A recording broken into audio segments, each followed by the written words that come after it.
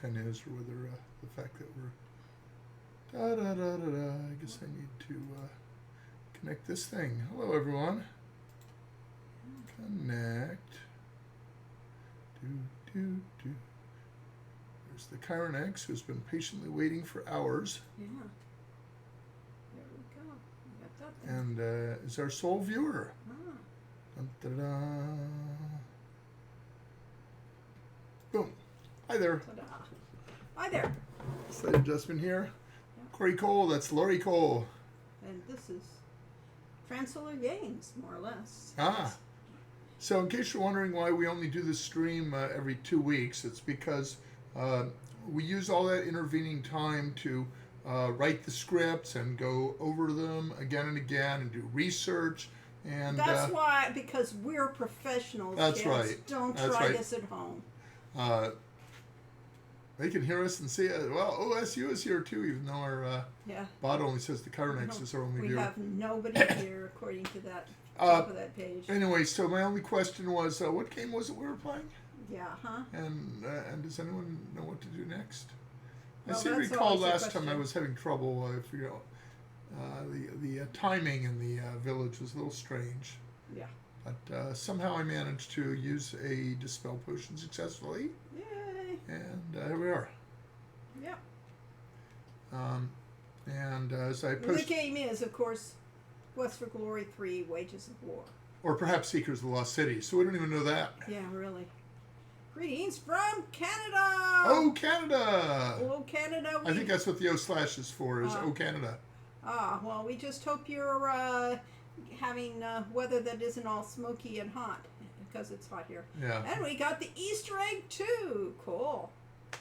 What Easter egg was that? I don't know, was there an Easter egg? I don't know, but, you know, oh, yeah. Clearly. Probably the title of the Make Love Not War. Oh, okay. That's not an Easter egg. It was a big thing. We grew up in the 60s, and you can imagine this as being a peace symbol rather than a dragon over a mountain. I actually marched in a anti-Vietnam War protest when I was in high school. It was all very organized. We basically walked around a suburban block, and a couple police, watched over to make sure nobody drove into us or anything. They didn't do that in those days. They did. No. Yeah, we had a couple of observing policemen who did not. No, I mean march. people didn't drive into. Oh no! parades Well, at that time. it's hard to say. Yeah. I mean, there were some. We think there's unprecedentedly horrible stuff going on right now, but there's been a lot of horrible stuff in our history. Did you know that around 1930, the U.S. War College drew up a plan of what to do in the event of hostilities versus England? We were worried that England was becoming too powerful and that might interfere with our interests overseas. And so there was a plan. They built a whole bunch of hidden air bases that were designed to look like civilian airfields all along the Canadian border, so that in case we needed to rapidly invade Canada, and there's a planned invasion of Ontario, and Because gonna we're take a over the Suez peace-loving, Canal. protective country here. yeah. And, instead, Hitler came to power in Germany, and all of a sudden, England wasn't the problem, the Nazis were. Yeah. And so we, got together with England, and everybody was friends forever Yes, after. we're all friends. We're all good buddies now. Yes. Yes. We're at war with Eurasia. We have always been at war with Eurasia. Yes. So, anyway. It's a hot summer day here in this August 24th. Next week is Labor Day, so I hope you guys got plans to do something fun on that weekend. We had to be reminded, oh, it's Labor Day next week? Oh, okay. Because we don't have plans. Well, I always have plans. What do you plan to do on I'll Labor Day? probably be, I probably won't be playing World of Warcraft because they'll probably take that day off, but who knows? Yeah. Oh, 1984 is not a how-to book? People in charge? Yeah, Oh, we no. wish, yes, but it sure looks like somebody's read the book and is studying it as a playbook. Yeah, and of course there's a large group of people that treat Atlas Shrugged as a how-to book.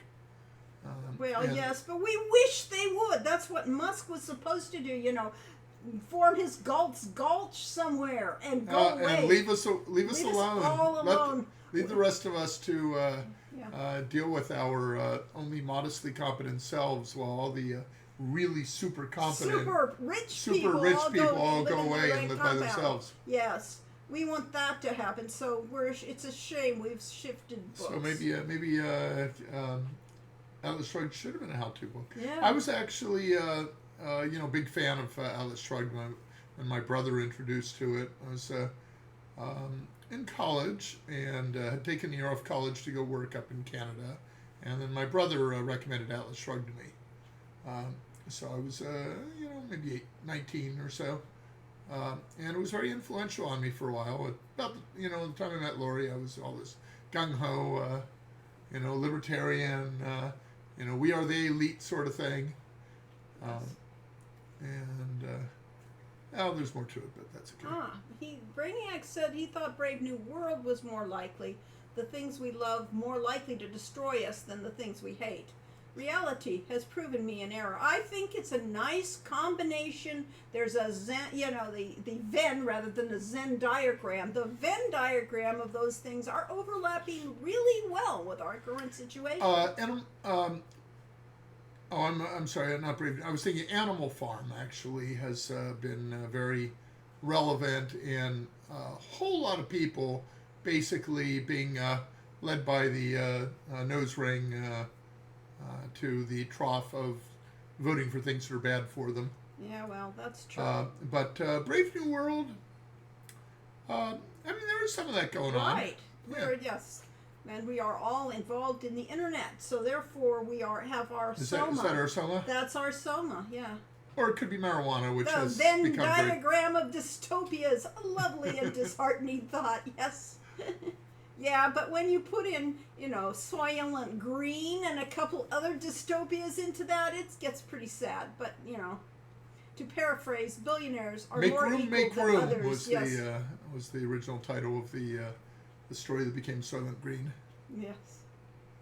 And strangely enough, that one isn't happening. That was about overpopulation. So here they're all bewailing the fact that, oh no, there's only 5 billion people on this planet and its numbers going down. And we gotta have more babies. We need more babies. We need more Republican babies. Yeah, yes. We remember 30 years ago, the big worry was overpopulation.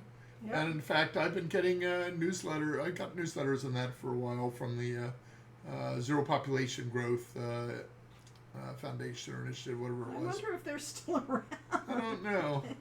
They've certainly. It's possible, of course, that they were actually a enemy plot to get Americans to stop having babies. Yeah, well, so that they could take over. It's possible. And then there was the short story of how the smart people stopped breeding and only the dummies were breeding, so therefore it was a Twilight Zone episode. Bear Zucchero asks, is it a little too morbid to think that we are closer to ants than billionaires? You could. I don't think that's actually true. I think we're... God, Idiocracy! Yes, well, I didn't see I that saw a movie, commercial for Idiocracy and said, oh, it's too real. Yeah, it clearly is when you look at our government currently with the anti-science, helping people, all of this philosophy, and the rewriting of all our history. How about that, folks? And Elon Musk with his 30 or 40 or 50. Hello. Actually, no. Are you disagreeing that we're closer to billionaires than ants? I lost my train. What did I just say? You've thrown me off of it, too. 34. Elon Musk, 30 or 40 or 50 something children. And he really is just the follow-on to William Shockley, who was the one of the inventors of the transistor and semiconductors, and later became very derided for his views that blacks are inherently inferior to whites based on IQ tests or something like that. And he was involved with a sperm bank that it was later discovered that he was the donor for almost all For the all the children. all the sperm. Yeah. Instead of the men that were coming in, just had their sperm collected and put off in a freezer somewhere, and his sperms were the ones that were being used. Musk Idiocracy is a prophetic documentary. Please, please, let's hope it isn't. But thank you for commenting, Tasman. Yes, we appreciate that. First comment, yes. Truly. So yeah, I haven't actually seen it. I saw the commercial for it and was saying, this doesn't sound like comedy to me. The president in Everyone is Stupid Future actually put the smartest person, a dead average person from our time, in charge. Actual meritocracy. Okay. Oh, So, not a bad idea. That unfortunately does not match the, what's the name? Dunning-Kruger. Dunning-Kruger hypothesis says that people are really bad at judging their own ability. And if you ask people, how good a driver are you? And most people will say, oh, yeah, I'm a really good driver. I'm like, but I'm not a perfect. I'm maybe an 8 or a 9 out of 10 when they're actually below average. And the fact is that the average person is probably only average. Yes. But whereas the really competent people tend to underestimate their competence. And they think, okay. Yeah, and they have a lot of, imposter syndrome. Yes. Now, we're certainly not about game design and game Whereas development. dumb people don't have that because They don't have those qualms. they don't have that problem. They go ahead and make their bad games because they can't see what's wrong with them. Yeah. So, yes, Flav Diller, Here.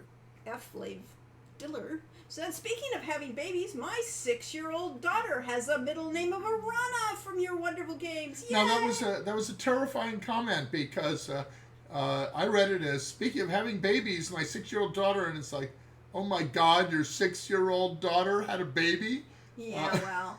That's a little young even. But I mean, they are getting younger and younger these days. Although teenage pregnancy is down. Yes, teenage pregnancy. way down. Yes. And that's better availability of birth control. I don't think, we're being more terrified of people due to things like the plague. yeah, maybe so. Fear may be a good thing for some things. So our current government is trying to get all the birth control into the hands only of doctors, and then meanwhile getting all the doctors out of business. Yes. So especially all rural clinics. I just read most rural clinics have no doctors on duty at least some of the time. You only see a nurse practitioner.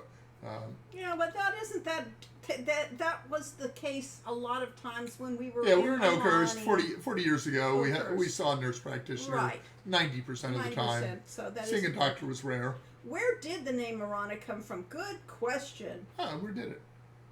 No clue. It was a word. It was a sound. It was a lovely. Irana. It was not erotic, but not erotic. No. No. It sounds peaceful. I think more peace than erotic. Yeah, it was a made-up word. It really wasn't. We did have a friend who named their daughter Ilana, Mm-hmm. but and that might have been an influence. Who that knows? probably was. But Irana just, it sounds kind of elvish, and, kind of mysterious, and just seemed like a nice name. Yeah. So the real trick, one of the tricks to writing is to avoid confusingly similar names. So you don't want to name one character Brian and another one Braun, something like that.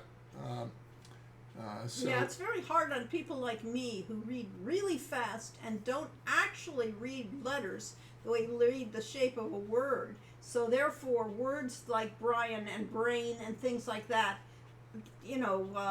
as long as it's in context, it doesn't bother me, but I will not be able to keep track of whose name is what. I went to an adult school speed reading class one time, and my father decided to go along and do it with me. And they had these machines that basically covered everything except the line you were reading, and would scroll up, and you could vary the scroll speed. And my father, when he did it, just cranked the knob all the way up to the maximum, and was able to read it with high comprehension at the highest setting. And I had it, above average fast. So it was maybe 20% faster than the average. My father was 200 or 300%. Well, Lori is 300 to 400% faster reader than I am. It will take me. I used to read about a page a minute of a novel, and Lori would read 3 to 4 pages a minute. I don't know what I read. I just read a book. I do not read books over periods of time. She did not take 6 hours to read a book. Right. I read a book from start to end, and I'm done. Now, why was the hero's name Devon? Never was. Yeah. Hero's name was never Devon. So Paula Spies was a freelance writer who wrote the strategy guide to Quest for Glory for Prima Books, and collaborated with Lori. So Lori, came in and gave inside information, and helped edit the script and so on. Did some of the writing, but Paula did the playthroughs as her character, and her character's name was Devon. So therefore, that was the name she used for the character in the book. But other than being Paula's personal favorite name for a character, I would never have chosen that because of the setting. If our game had been set in England / Albion / the Grey Isles or whatever, then Devon would have been a perfect name. Yeah, If it was nice. a Robin Hood kind of game, perfect. But our game was set in Spielberg, in a German setting, and I would have picked a name like Fritz or Johann or Ralph, or something that sounded Germanic. Not Heinrich. Heinrich, yeah. Yes, exactly. And we did use that name. Heinrich Dorfmuller? Yes, Heinrich would be a good name. Well, yeah.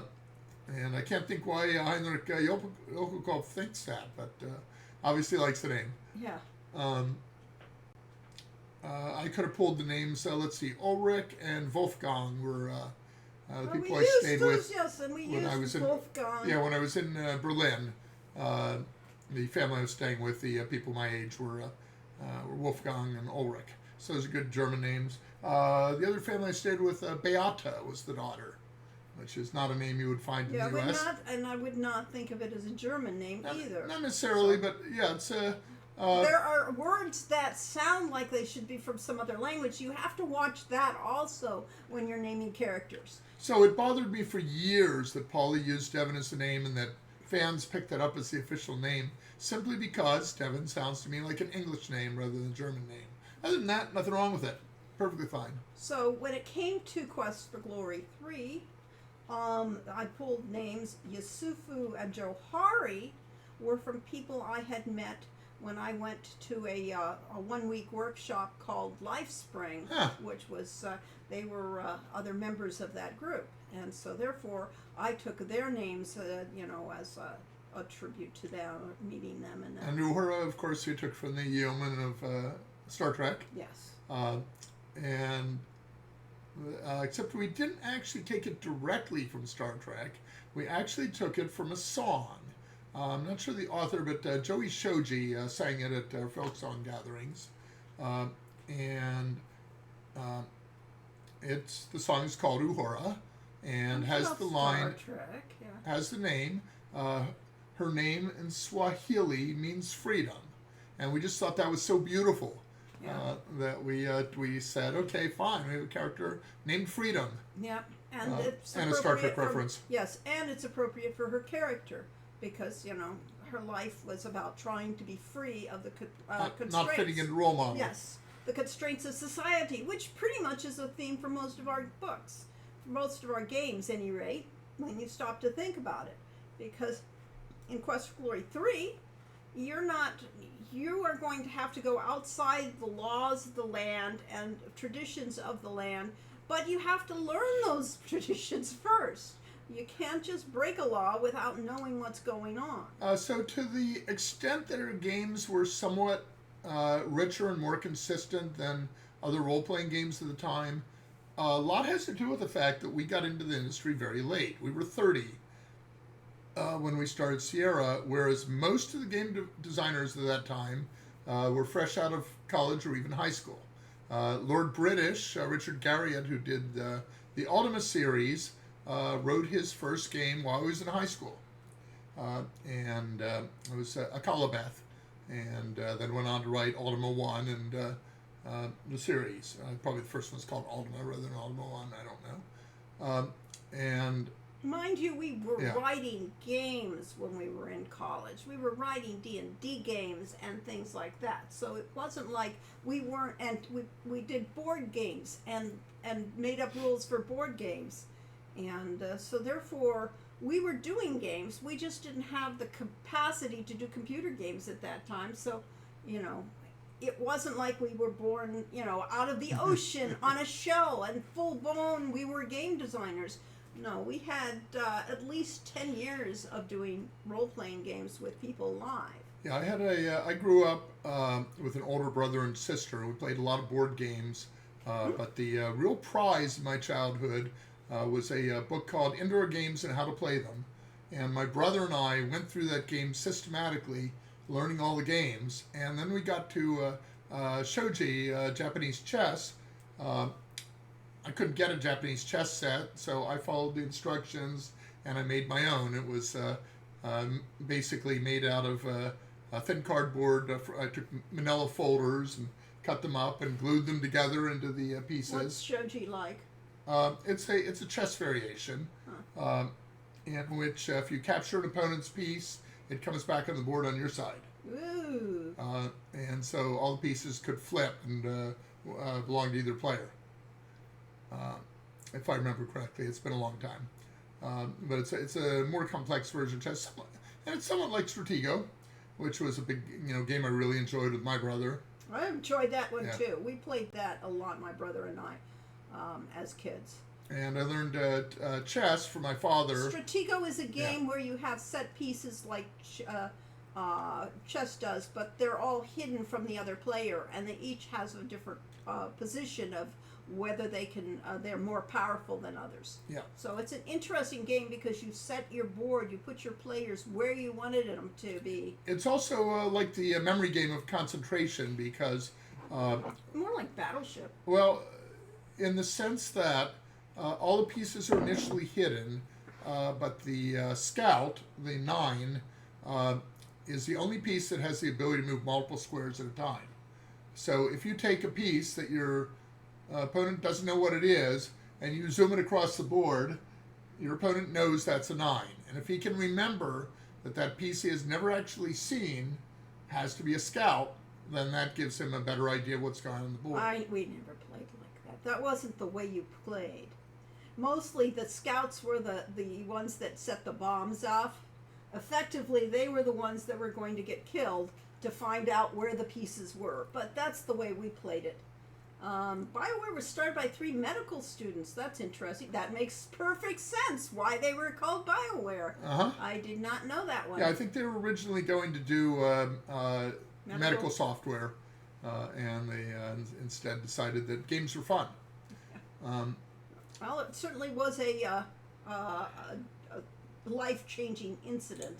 Anyway, so whenever a piece in Stratego attacks or is attacked, it's revealed to the other player. And so if that piece survives the attack, the other player now knows what it is and where it is. Yes. But only if they can remember the 10 or 15 pieces they've seen during the course of the game. So it really is a combination of a memory game and a strategy game. It's a good one. Yes, it's a well-designed game. It is something worth playing.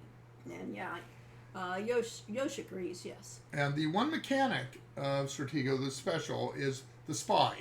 It's the weakest piece in the game, except it is the only piece that when attacking the marshal, the most powerful piece, will kill it.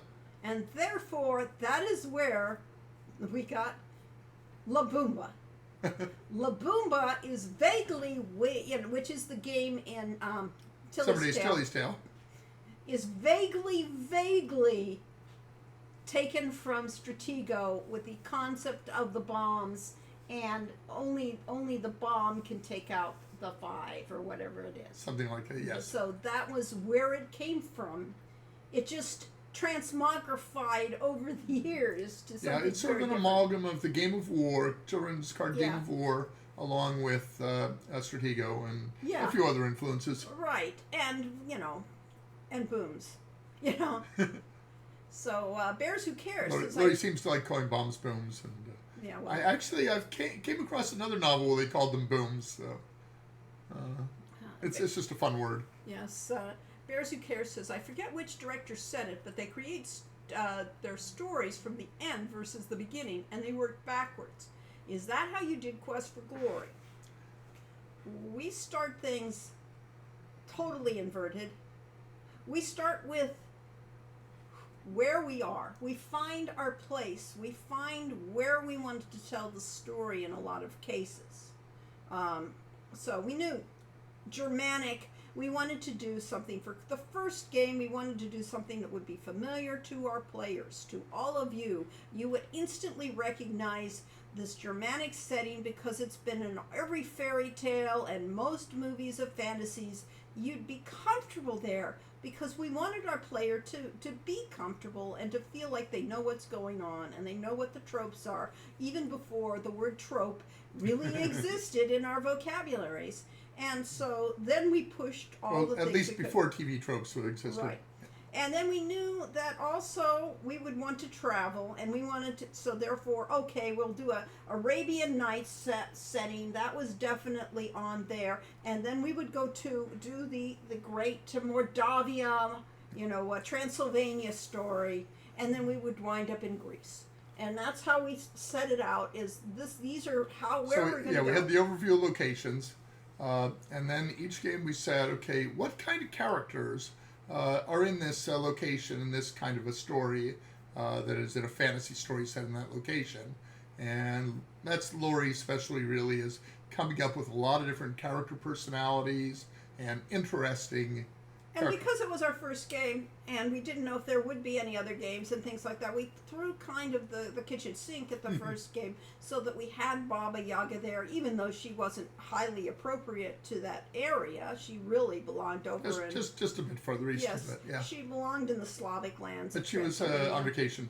Yes, so we gave her a vacation home over here and literally played it that way. It was a lot of what do we want to see in a game too. And then we knew we were going to make a role-playing game, although we very quickly decided it should be a hybrid adventure role-playing game for technical reasons, what Sierra's engine was capable of doing. And because really we wanted to tell a story. We didn't want to just have people killing other characters, which was pretty much what the games were like that. If you called it a role-playing game, it was, all right, trying to get your stats up so you can kill something else. Which is a whole other story that I later refined my views on. But we came up with the idea of having the town in the center of the map and spreading out, putting a few special locations around the map. And we came up with the idea of concentric rings around the town that would get progressively more difficult, more dangerous. The farther you got out from town, the tougher it would be. So, we had all that as kind of the flavor of where we were going to do things. But as far as the end game, Lori, knew who the villains were, and the obvious villain and the less obvious villain. But not initially. Okay. Not initially. We just knew where we were going and what the kind of story we were going to do, and in the end, the king, our character would be king. Would become king. Have built up to that with reputation and everything. And that's about all we went with when we were starting out. It was as we progressed and we started to create these characters that that the whole story unveiled itself for the future. So I knew by the time we were writing Quest for Glory 2, for instance, Ada Vis was going to make a return in Shadows of Darkness, and there was a reason why. I mean, everything you put in a game, for me, you had to justify. You had to have a reason why they were there, what they were doing. Every character, every NPC has their own story. And so therefore, those stories have to be consistent within themselves. And why was Ada Vis, who was his teacher, who was his master, all of those questions had to be answered at least somewhat in the course of the series. Mm-hmm. And so, therefore, that's why the stories sort of evolve themselves as we go along.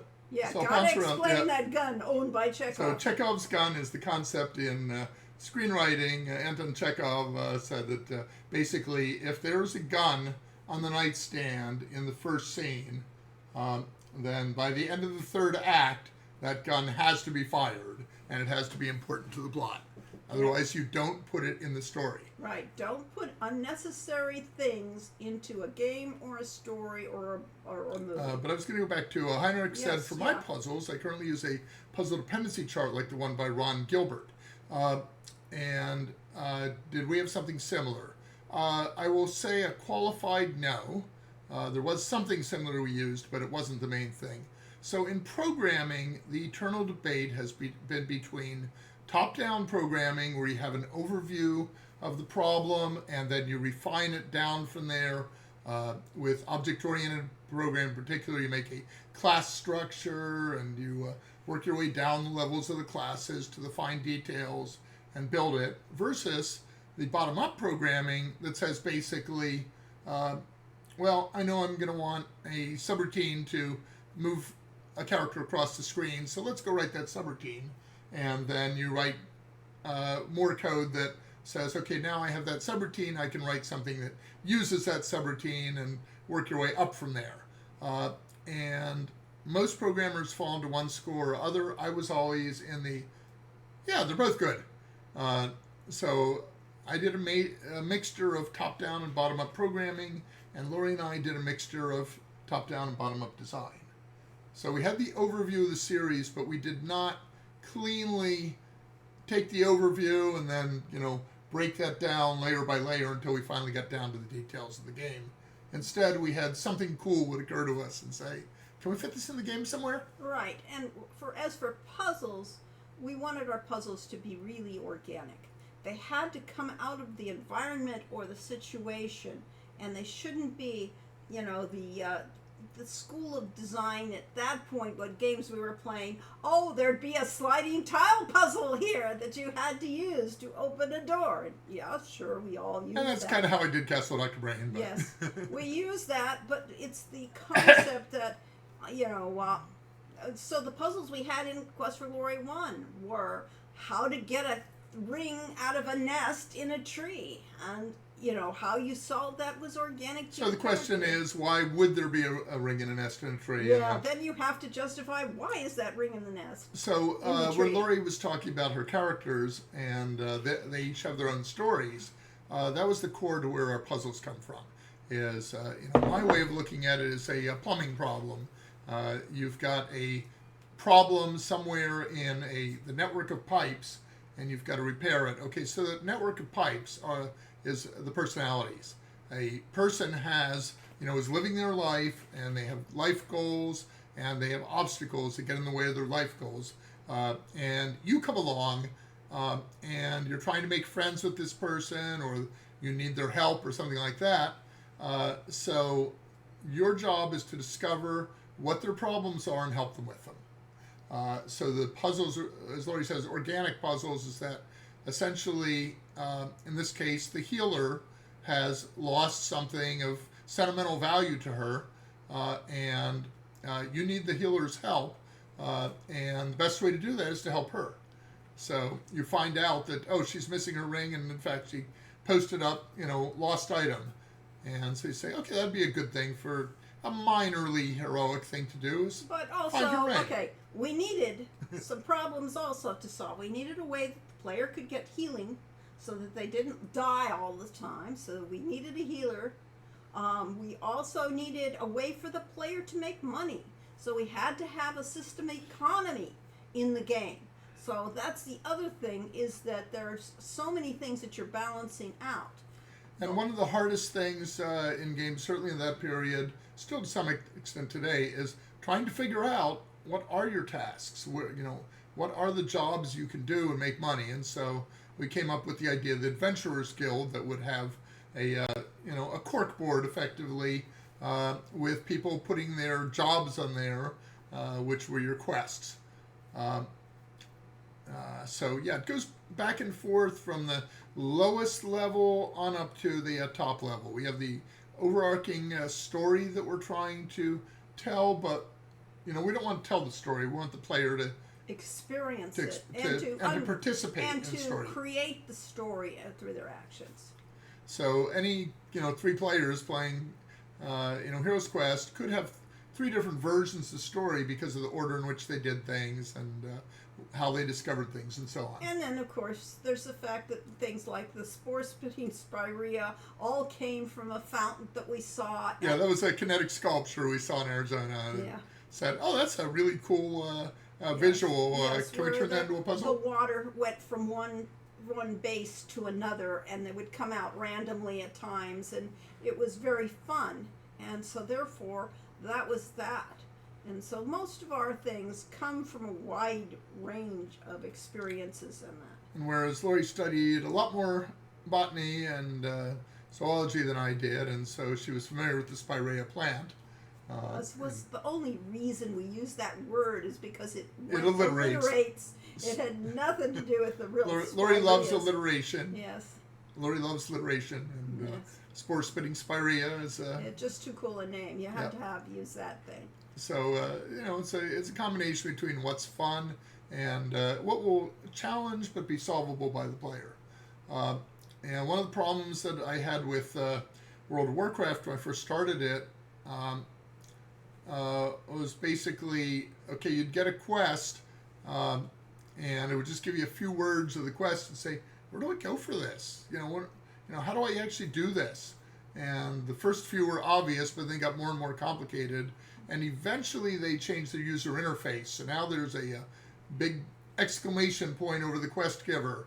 And there's a question mark over the person you turn it into.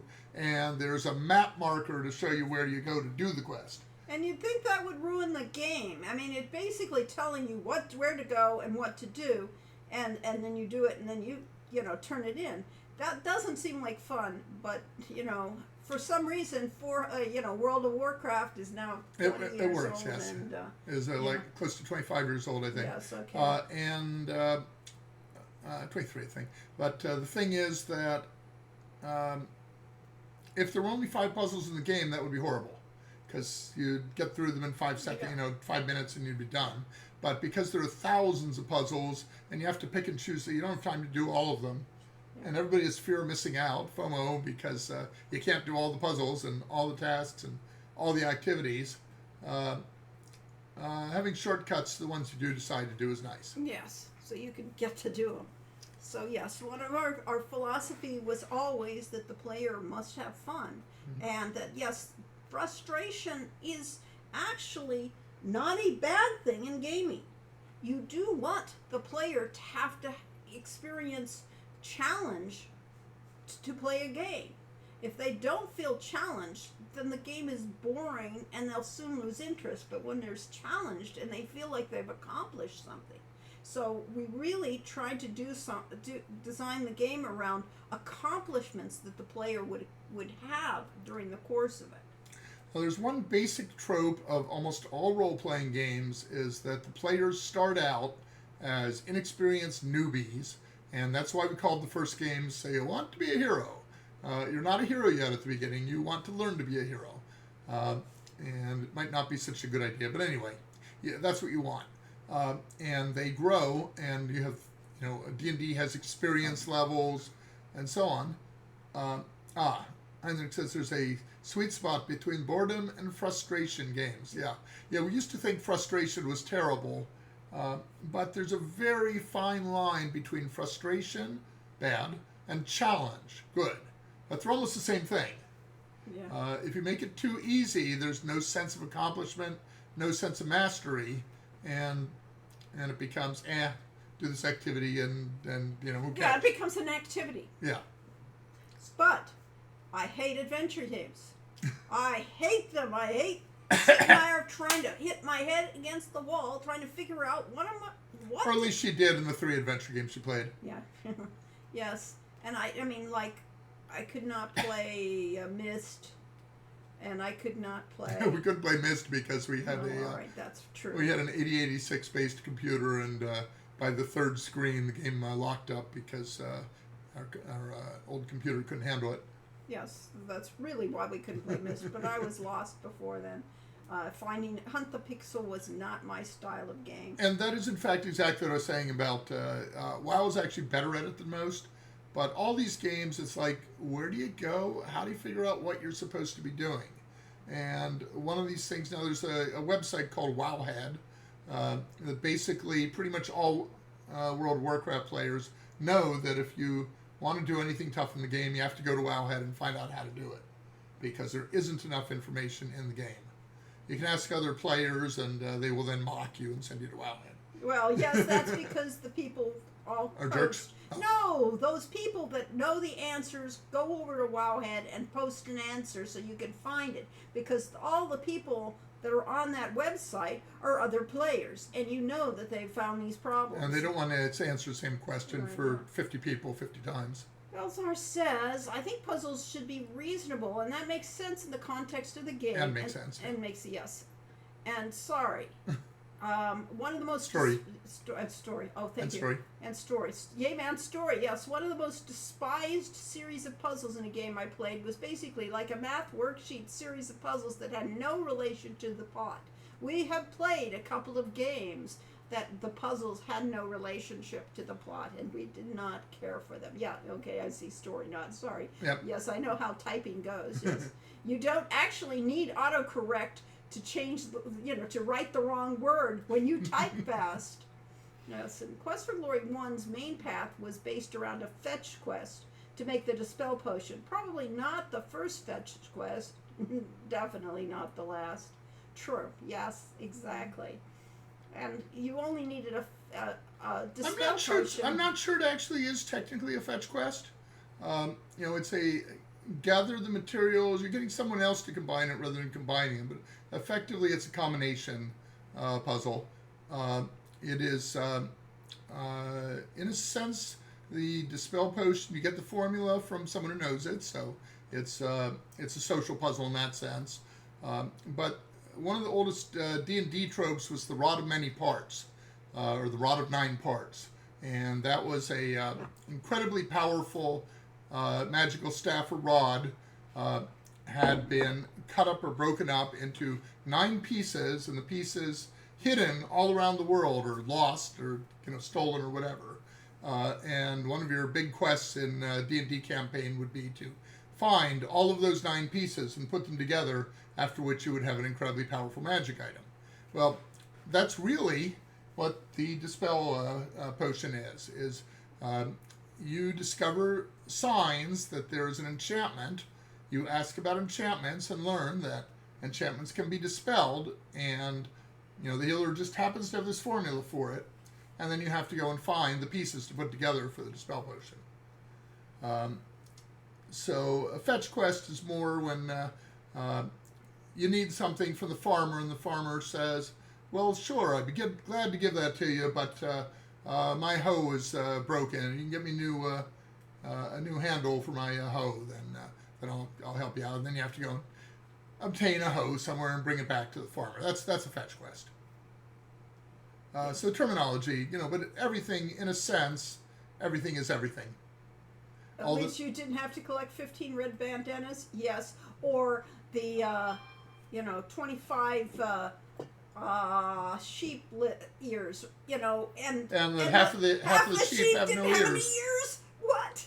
Yes, that's the World of Warcraft early puzzles. And yeah. the zebra hooves. Zebra hooves and the stupid. And only about 1 in 4 zebra had a hoof. Hey, it's like they're right walking on 4 hooves. Why? Yes. Why do you have to kill 10 of them to get 1 hoof? It was, it was just sort of crazy, but that's the way they designed silly game. I really liked the one red bandana quest that was in the Warcraft City of Stormwind. The woman standing in the street corner, and I can't remember if she wants you to get a red bandana or she has a red bandana, but she's saying that this gang of it's the Defias gang, but a bunch of gangsters killed her son, and she wants revenge, and so she sends you off to a dungeon or something in order to, you know, find the gangster that killed her son and get retribution for her. And just the way it dovetailed into 2 or 3 different storylines really worked for me. Okay. The game, it's been removed from the game about 15 years ago, so can't even do it anymore. But you know, at the time, it was just one of the more satisfying, stupid little side quests. Yeah. So anyway, so yeah, we basically have the overview of what we're trying to do in a game, and then we come up with what might fit there. And a lot of times, you know, we'll be lying in bed trying to sleep, and then I'll say something really stupid and say, well, what if this? And, you know, just make a joke or something about the game. And instead of shutting me down, Lori will say, well, okay, well, she'll tell me it's stupid. And then she'll say, yeah, well, that doesn't work, but what if we did this with it? And we would work that back and forth and eventually come up with, okay, there's a little puzzle or a story element we can put in there. For Quest for Glory 2, we said this is set in Arabian Nights story, and we wanted the structure to be that of the Shahrazad's tales in the 1001 Arabian Nights, where she was trying to drag out the story endlessly, and so every time she would get to a resolution point and just about to find out the resolution of the story, it would turn into a sub-story. She would say, oh, you know, and that, you know, that all, you know, came from the fact that this character actually was brought up in a different town. Then she'll tell the story of them growing up in that town and so on. Yeah, she was the original serial storyteller, so that every story ended with a hook for the next story, and but a lot of times it dove down, and so it was hierarchical. It wasn't not necessarily, but it was cyclical. That's how I thought of it. Yes, well, and more to the point, they always ended in a cliffhanger, so that the prince had to, you know, wait till the next day and couldn't behead her. Couldn't have her beheaded because he'll never hear the end of the story if he does. And he had to hear the end of the story, so therefore he kept her alive. And after 1,000 Nights and a Night, he finally decided that it was too much trouble to have her beheaded and married her instead. Yes. So that's why you know, as a you know, safety precaution, one should always never finish a story. Never finish a story. One should always, you know, make up these stories as they go along. Anyway, so we ended up not doing very much of that, and, but that was the idea. But we did a lot of brainstorming and said, okay, if we're in an Arabian Nights setting, which Arabian mythology stories do we want to have? You know, what tropes do we want to pull out of these stories? So of course we wanted the genie in the bottle. We wanted the wishes. We wanted the you know, the mad vizier. And the evil vizier. The evil vizier, yes. It's sort of like the butler is always the bad guy in detective stories, and the vizier is always the bad guy in Arabian Nights. And then Sierra was scummy at that time, and so therefore that affected the game, and so therefore Rasir became the anagram of Sierra, and we pulled from, you know, that was really 1984. We should clarify that scummy is a relative term, because when we came in, Sierra was almost completely laissez-faire. The management were off at their end of the building, doing their own thing, which generally involved copious amounts of, drug use, that sort of thing. And we were off on our end of the building making games, and as long as we made the money, the management didn't care what we did.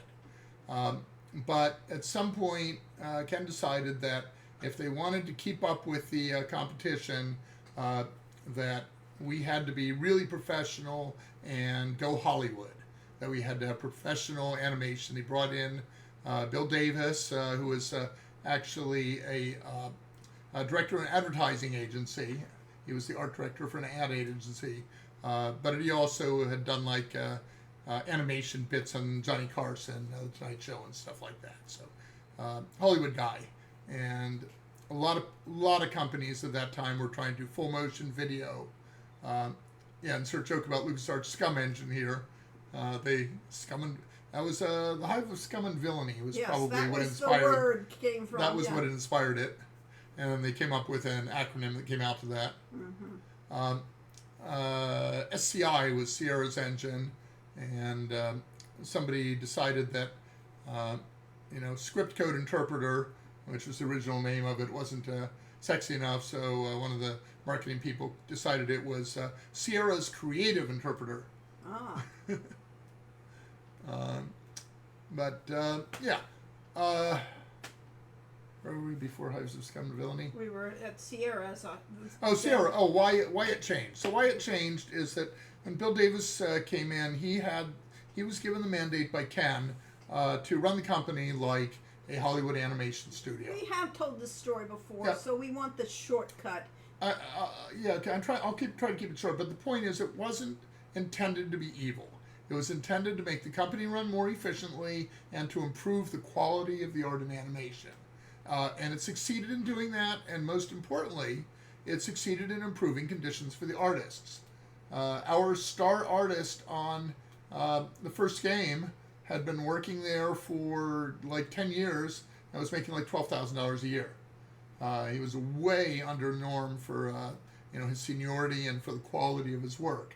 Bill Davis came in and fixed that. Pays were better, but it became like an animation studio. And if you know what animation studios or Hollywood is like, it was the working conditions were not good. But it also all rotates back to where we were at the beginning of this discussion of using puzzle dependency charts and so on. In order to make the Hollywood animation system work, they required top-down design. The game needed to have everything plotted out from the beginning, and then use storyboards to illustrate all the important points, so that before that we did day one of production, that anyone on the team, or at least the art director and the programming director, would know what tasks they were going to need to accomplish over the following 10 months. That was fine, except for the fact that Lori and I were not working that way, and we did not have everything figured out at the beginning. So Quest for Glory 2, Lori had to script out a lot more than she did on Heroes Quest. Yep.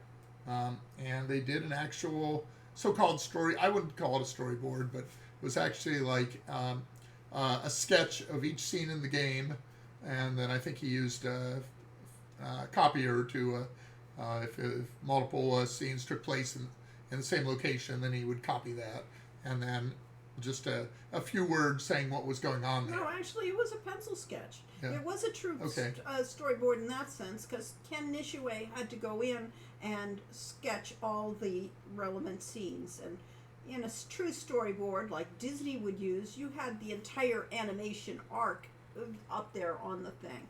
But all we had were you could see, all right, here we have a picture of the tightrope in the thing, and so you could see the guy.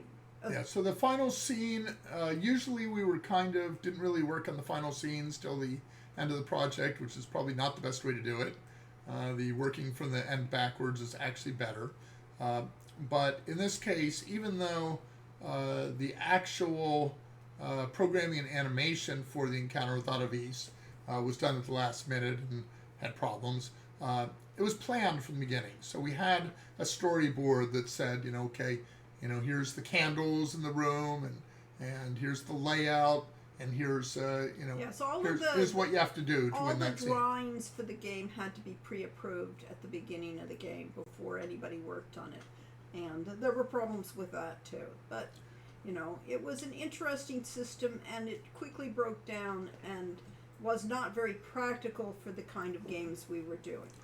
Yeah, and we were also the guinea pig because we were still working in 16 color and non-scan, drawn on the computer. But the mandate came down that we had to use the process that was going to be used for the next game. So we were kind of the guinea pig to show what worked and what didn't work in that. So Lori and I chafed at it because we knew it was making our process of creating the game much less efficient. But but in the long run, it had to be done. Yeah, but that wasn't the problem. It was the atmosphere of the whole place was authoritarian. Now, let's put it this way: I do not work well under authoritarian societies. I am a person who is very much chased with somebody tells me what She to doesn't like me telling her what to do. No, either. nobody like it. Yes, I'm not very good at that. And so, therefore, the whole atmosphere. There were talks of going, having a union.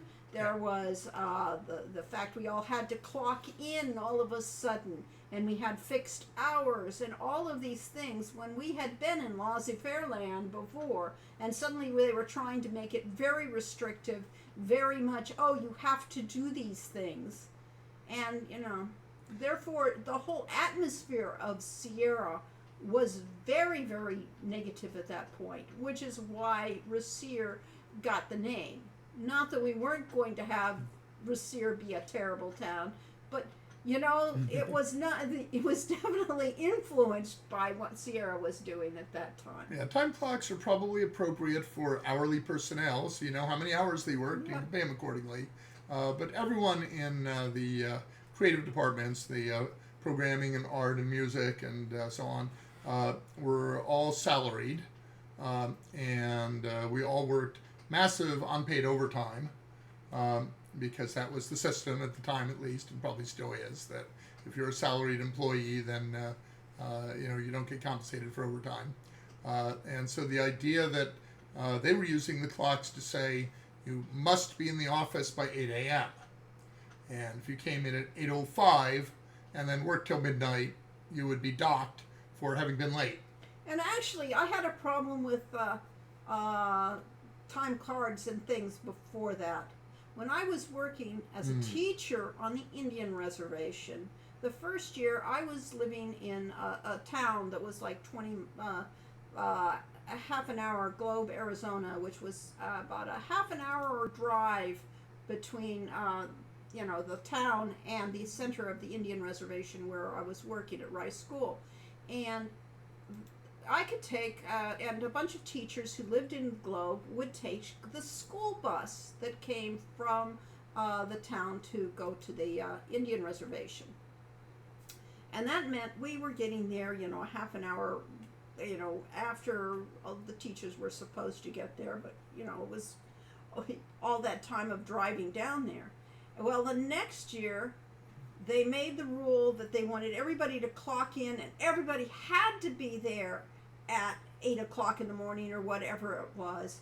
And therefore, the people that were taking the school bus could no longer take the school bus because it wouldn't get there at that time.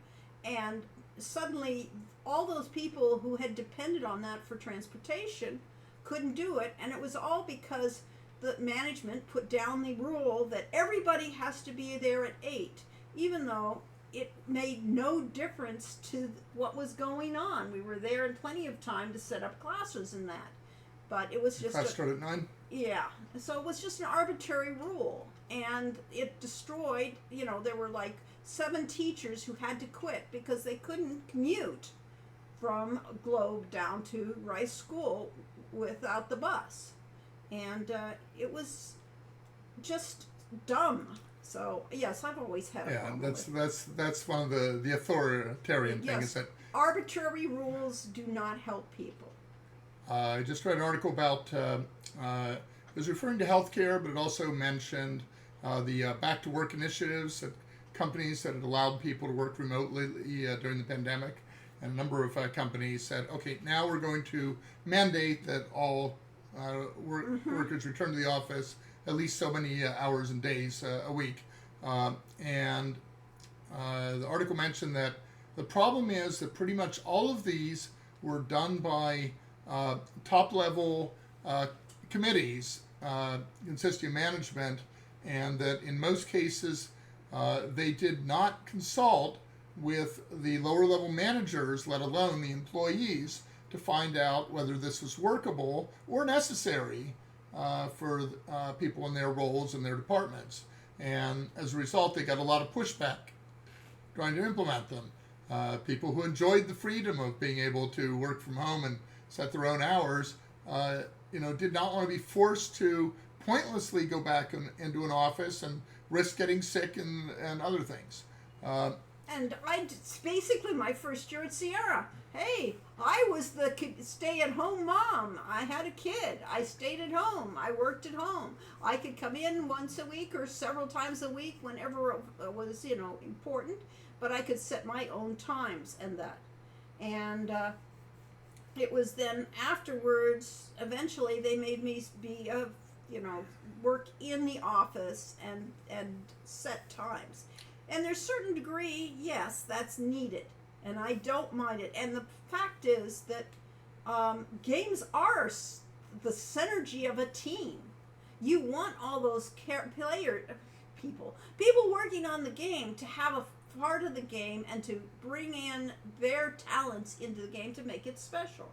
And it worked with Quest for Glory 1, where we were, all in the little group. And you could work together, and everybody helped each other, and it became, we were a true team. And then for Quest for Glory 2, we were scattered to the four winds with the art over here and the programming over there and me at home. So therefore, there was no real cohesive team to create that synergy. And so... And eventually you started coming in more. Yeah.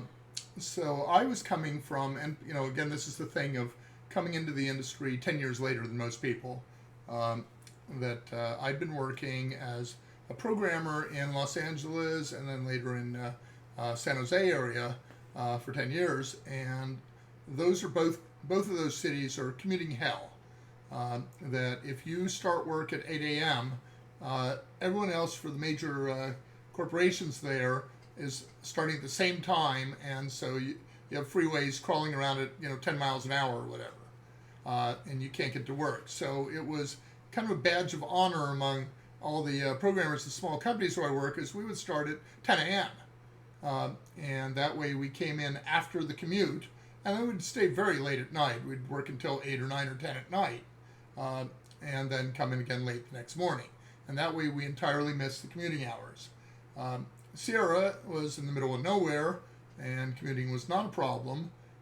And the general manager, Rick Cavan, was an early morning person, so he felt everybody really ought to be there at 7 a.m.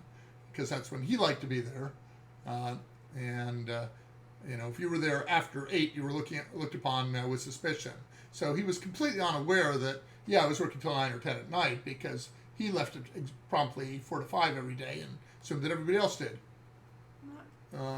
And so that was a friction thing. So the idea of, giving people the freedom to do what works for them, and that comes down to a question of trust.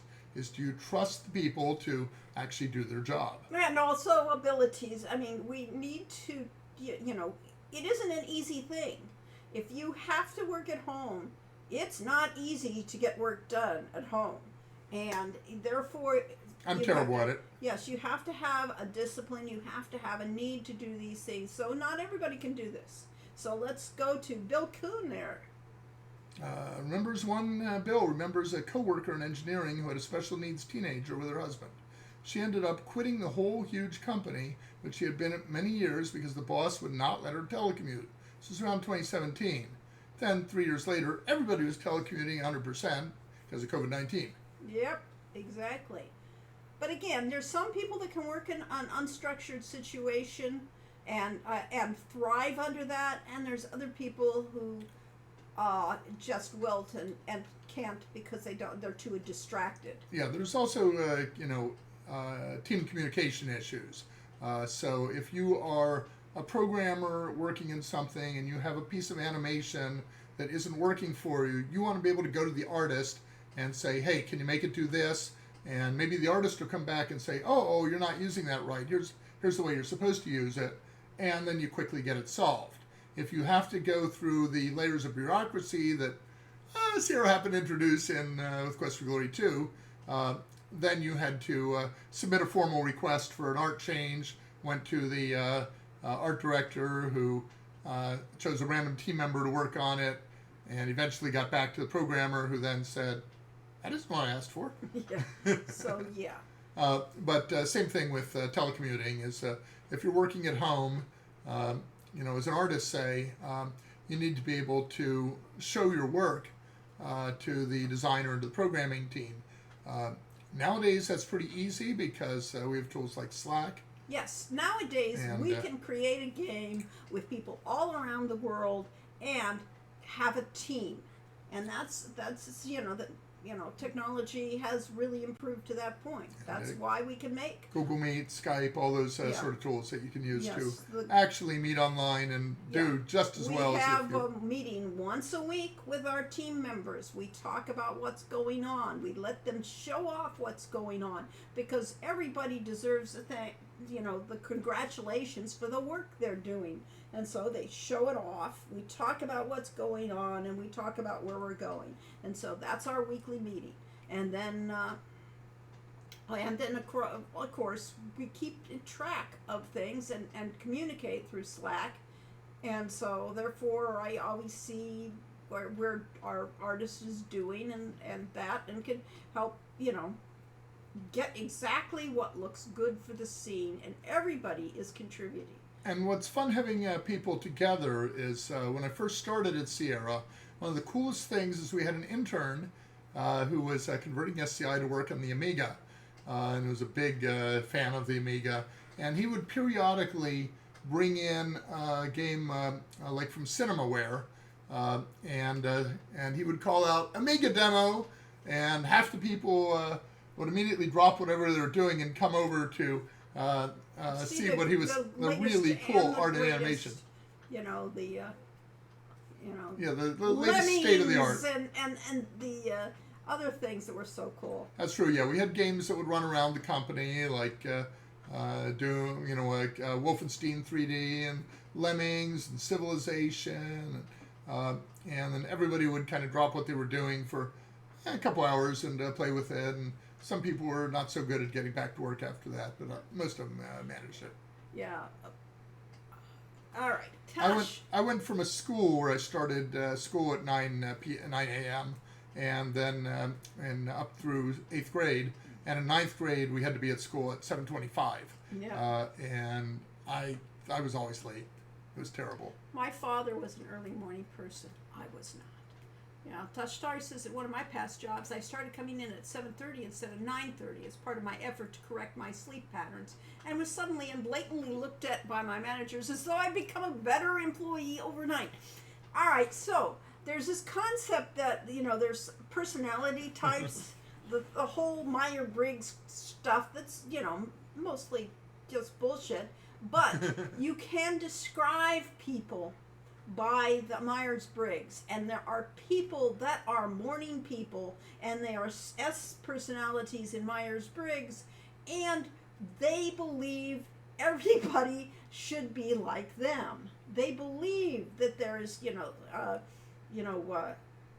getting up in the morning is a good thing, whereas there's the rest of the personalities and the other thing, which is a minority. Our type is a minority that prefer to sleep in and then get up and then spend half the night doing stuff. So it's on their scale was S for sensory and N for intuitive. Yeah. And 75% of people are S personality types, 25% are N's. Right. Then you have the extroverts versus the introverts, and again, there are more extroverts than there are introverts. Right. And so the game designers and programmers tend to be introvert intuitive, and that puts us in a minority. Whereas the people that manage the programmers are sensory extroverts, and they do not understand people who would rather sit there and read or spend their time staring at a screen and working out problems on the screen rather than being out skiing, which is what they want to be doing instead of working. Yeah, so Ben Franklin was clearly an early bird. He was clearly an S personality.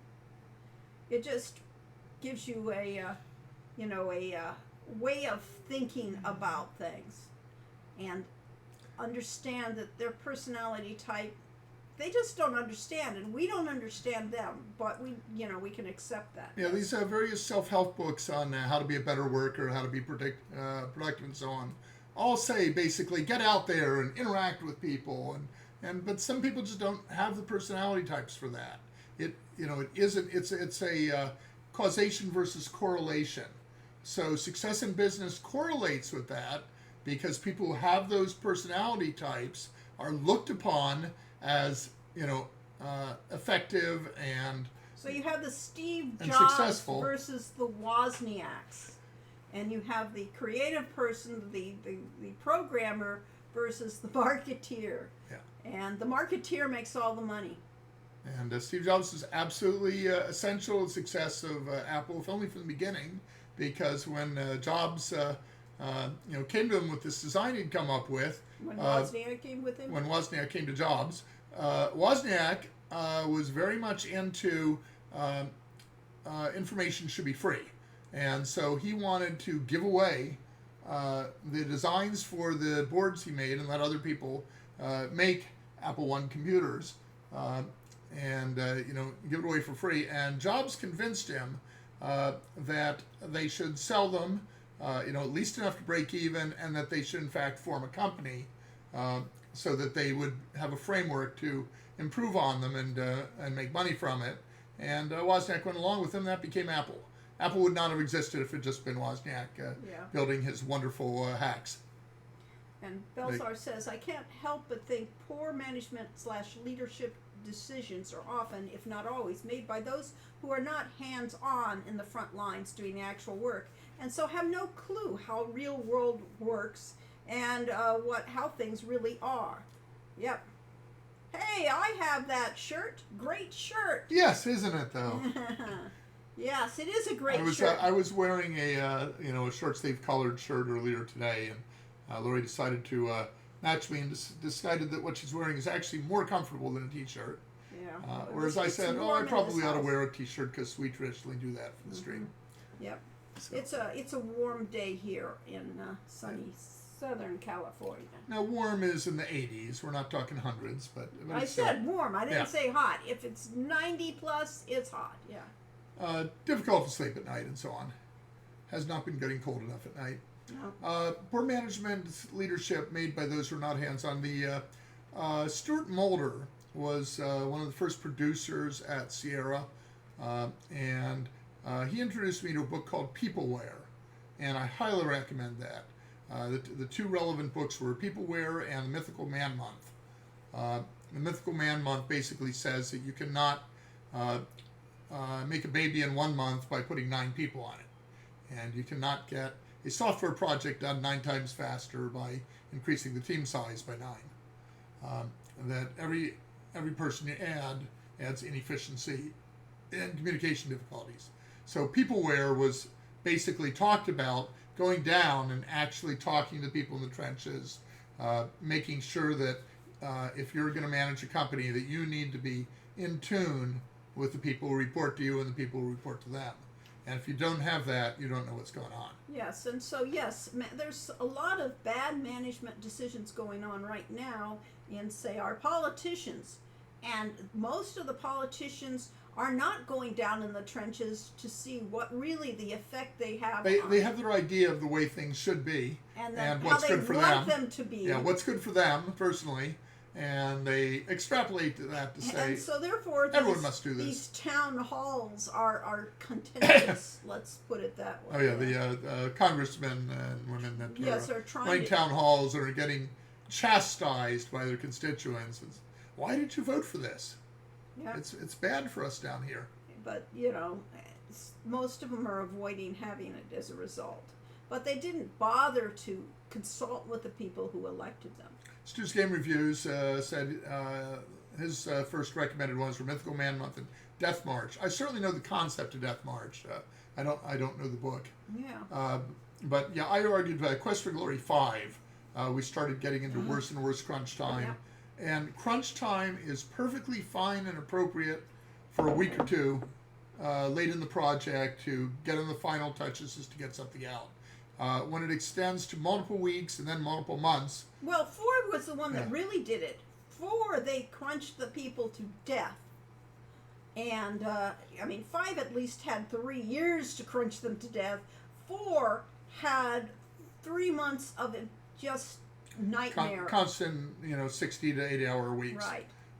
And the fact is that a programmer does not get a whole lot more done in 40 hours than 30, less in 50 than in 40, and probably starts going negative by the time they're working 60 hours.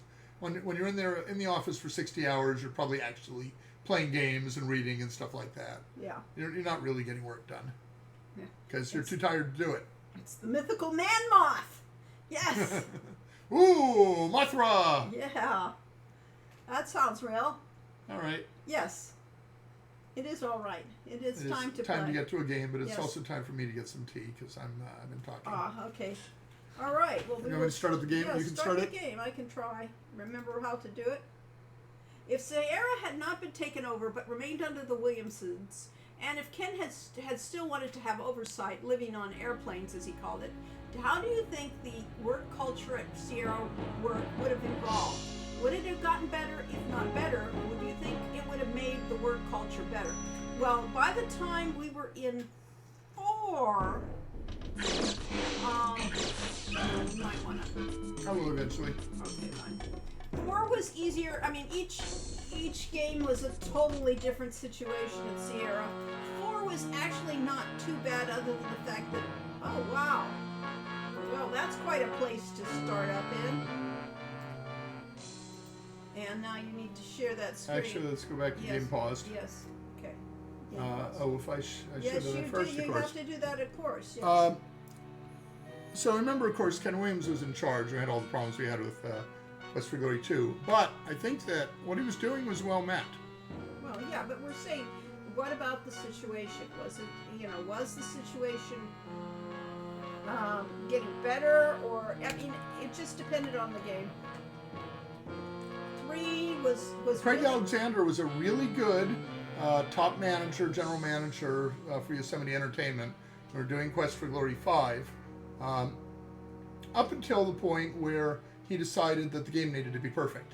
And that's when he started to micromanage and get in there and request a lot of last minute changes that added 6 months to a year to the schedule and huge amounts of crunch time because the game was essentially done at that point. And then he said, okay, redo it. Perfect is the enemy of goof. It is Yes. true.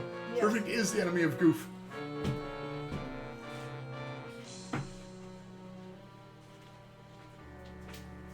Yes. Case in point, yes. If Sierra had not had it continued under the Williamsons, well, all right. Quest for Glory 1 was done under laissez-faire, and it was a great time. Quest for Glory 2 was under management that decided to be authoritarian, and it was a terrible time. We switched to Quest for Glory 3 and 1 remake. It was actually pretty good. By that time, the bugs had been moved out of the system for the thing, and this was fairly smooth and worked well. Quest for Glory 4, the problem was the programming was in transition. We were changing SCI to the newer computers, so therefore everything got pushed back. There were problems with it that were management caused. And by the time we got to the 1 week of QA that it had, and we said, well, we need more time. This needs to, we need to fix these bugs. We can't release it now. Basically, the leader of the programming team said that my team's dead. My team is so burnt out, they cannot look at a slice of code, and therefore, they shipped it, and you know what a fiasco that was. And that is all coming down from mismanagement. Somewhat mismanagement and somewhat just the fact that we were doing something as a really hard problem. Making a game is a creative process. Is not locked in, and it is complex. It is, but in the case of both Quest for Glory 4 and 5, the systems team, which was separate from our team, was doing major rewrites to the engine Yes. all through the project. right. So Quest for Glory 4 was about ready to go out the door, and then we discovered that the game crashed because of problems with the engine. So they went back into the trenches and spent another month refining the engine, which gave us more time to work in the game, but also less time to actually test stuff properly and get it working. The other major problem in Quest for Glory 4 was me, because for the first time, my sole job was to be co-author, co-designer of the game, and I was in there adding all kinds of ideas and puzzles and complexity to the game, just because two people can come up with more ideas than one, and that made the game bigger and more complex than could fit into our schedule. Yes, but I still think the problem was that the schedule got compressed to the back end, and that is purely Sierra's, That's a management issue. Yeah. Yes, it's a management issue. But it's also a market timing issue. Back then, about 60% of all game sales happened in the 3 month, the month or so. But that means they were already lost Christmas by the time we started on the game, actual programming the game. So we had already lost. I mean, remember when we were doing it, the first game had to ship in September. It had to be done by September to get it on the market for Christmas. And here it's... And we actually got it out in late October, Yes. So we're a little late, but not terribly. Right, but here's August, and we're finally getting a game system. So therefore, everything was just flummoxed from the beginning. And the same thing happened on Quest for Glory 5. We went through the art engine. It was... Yeah, they completely redesigned the game engine based on C++ instead of SCI. So, And the art engine, they went through 2 or 3 different engines. so what it comes down to is management would have made all the difference in what happened in those games, but it was always mismanagement rather than management, and yet despite it, there wouldn't be a game if it weren't for Sierra, and their mismanagement is just part of it. So it never got any better, and even under, Sierra never was a professional company. No. After all. And I don't know, from what I'm hearing, that there's ever been a professionally run game company. No, Lucas. I don't know that they had their share of problems, and likewise, Ron Gilbert and company, they left LucasArts and that. So there's a reason why the good art designers leave. It's not because they're happy there. So who knows? 2 weeks of QA is basically a meme among fandom because of that. Yeah, well, I'm not sure you got 2 weeks. Yes. Me and my sister still say fresh fishy Fendi to this day because of it. Fresh fish, Effendi. Ah. Yeah. Yeah, that is one of the things on movies and games is that you get meme lines. You get one line that there's a term for that. I can't remember it. That basically one scene or one line stands out so much that you repeat it forever after, and that the bits. What is So the films- Monty Python and the Holy Grail, but a whole bunch of memes, A whole bunch of bits. Bits, yes. Romani, Romans go home. 2 weeks of QAs, basically, yes. After I beat Quest for Glory 3, I got the anthology in place that played them all. Good. Yeah, and that should have been an interesting experience. The people who played the Quest for Glory 1, or in this case, Heroes Quest 1, generally prefer Heroes Quest 1 over most of the other games. Including Quest for Glory 1 VGA. Yes. And people that started on Quest for Glory 1 VGA much prefer it to Heroes Quest. Yeah.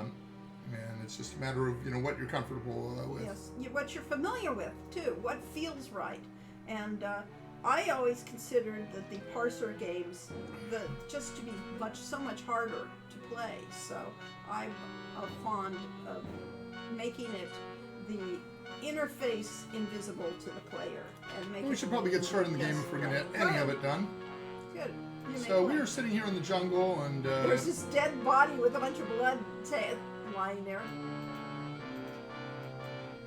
Ape at a shame. The ape man seems to have succumbed to guerrilla warfare. Let's see if it's got any loot on it. Nothing of interest because we already looted it. Yeah. So this is where we were last time. And anybody remember where we were going? We're going over, trying to get to the waterfall. There was something about a waterfall, and yep, that wasn't the way. No.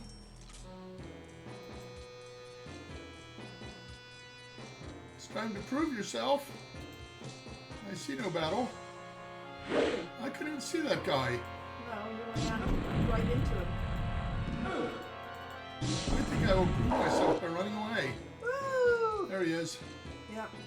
Okay, stop here. Bring up my spell book. Cast Dazzle.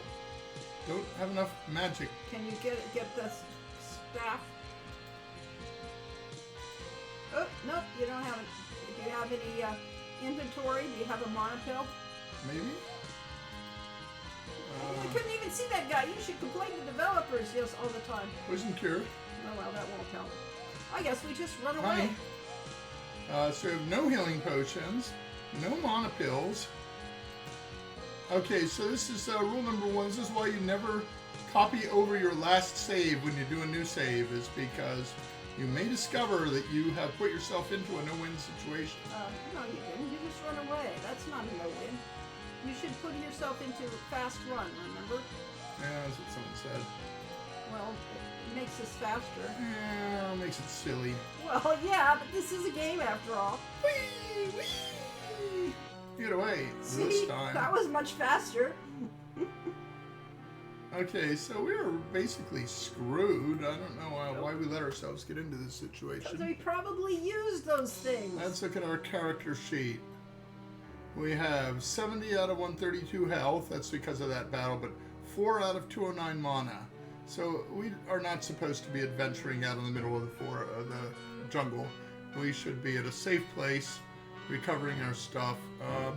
What's our money look like? We aren't good at money. Money bag. 24 royals. That's enough for one healing pill, I think. I think our economy is a little bit too rough here. That's, it is tough. Now, I read the CRPG Addict blog. Yeah, we're gonna have to somehow. We're gonna get back to the Do giant I have a tree. magic magnet? No, you don't. Not in this game. It's gonna be nighttime, dark. It's gonna be scary. Monsters get tougher at night. Yes, they do. I don't know what was going on there. Interesting. Oh, what's happening is it thinks that I am clicking where I am. That's not letting me cross into the next screen. Who came up with this map concept? Unfortunately, Chakra never taught his mother how to make those magnets. Yeah, that was a shame. Ant. It's a non-dead ant.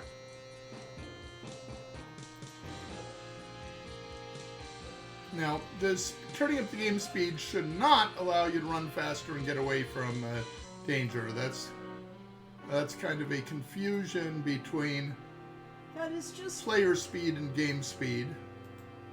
it's just how it got programmed. Yep.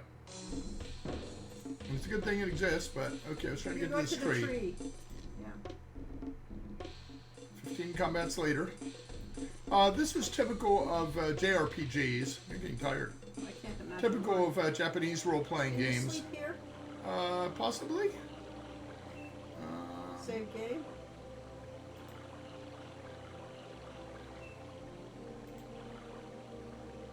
Monkey trap. Let's scroll down a ways and replace something old. Welcome in. That's good enough.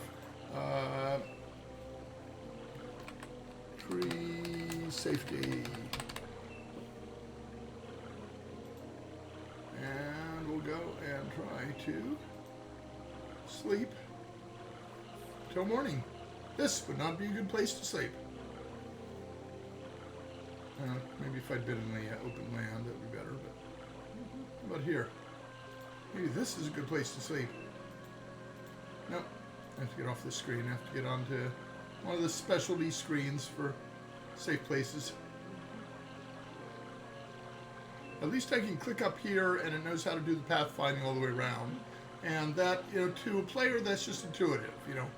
You click where you're going to go and the player goes there, no big deal. Programming wise, that is really hard. That is not a trivial thing to do that pathfinding and go around all the tree roots and stuff like that. Ah. And Brainiac says you have to get the Honeybird Feather to Salim, and you get 3 free healing pills. Ah, After that, the default price is 10 royals, but you can always try to bargain. Yeah, last time we tried to bargain, we didn't get very far with did it. we ever get a Honeybird Feather? I think No, not. we have not gotten that in this game yet. Is this the I think so. interesting lights? Strange cave-like hole in the tree. Feeling of peace and serenity within.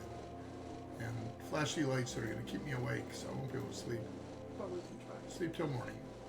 Too much energy in the air. Ha! Oh well. It is properly done. A fine vine shines. Alright. What am I supposed to do? Talk to it? That doesn't say much. Talk to myself. Greet. Say hello, but there's no We're coming response. to you. You have to wait till he gets to you. Because it's spiraling you. I think I start glowing. You seem to hear voices. Welcome to the Mother of the World. We are the Guardian. What is it you seek? Sleep. Sleep isn't there. Do we need wood or tree or mother or guardian? I don't know. Seek Mother. The Mother of the World is the first tree. She is the source of all living plants. She is the living heart of all plants. And this is all based on the world tree in Norse mythology, but there are similar African equivalents. Greet, answer, guardian. I was pleased to be with you. Answer, guardian, I don't know where it is. Start to tell the guardian about peace. You're a peace, creature of peace, so you're welcome here. Yggdrasil! Where the Where the nine worlds flash. flash. Is a noble piece of ash that shelters gods and Norns and all that crew. They're an eagle gnaws. No, they're a Right. serpent gnaws the base. Serpent Gnaws the base of an eagle's resting place. And something and something and something complete the crew. Say goodbye. Yeah, the problem is with save games, limited save games was because you only so many files you can save on. Yeah, we were on. Well, we're coming from an environment where a lot of people were playing on floppy disk. Yeah. And by this point, everybody had hard drives. But I still didn't want to fill up a 10 or 20 megabyte hard drive with too many save games. And now they're modern games you can't save, which is kind of like it's all come full circle. Like, Yeah, well, the MMOs in particular. right. You can't save because, that would allow you to play the same things over and over again, and you're supposed to get it right the first time or something. I don't know, why can't you save? Let's find a clear space here. Maybe here. Doo-doo-doo. Can I sleep yet? Can I sleep yet? I don't know, what time is it anyway? Rest later. Time of day is very late at night. After midnight, we're dead on our feet. Unless, of course, if you're Lori and me, in which case we're just getting going Yeah, about we're 1 going to bed. o'clock. Yeah. Oh, we sleep under that. It gets much more colorful during the day. Okay, so the question is, can we survive anything in our state? Character sheet. Our health is now full. And Our mana is mana's full. completely restored. Yes. Yay, now this should have happened in the earlier games, but it took us a while to realize we had to do that. And of course, the magical Vitality place. went up and our honor went up for talking to the mother of the tree, mother of the world. Yeah, So cool. I think the vitality went up from almost dying. Well, that too. So Nothing like a good night's sleep. Yeah. So we are not properly equipped for adventuring. No, we needed to fight a few more of those ape men because they had cash on their hand, whereas the ants are worthless. So, Yeah, but they're kind of hard to fight when we were walking so slowly. because we're walking.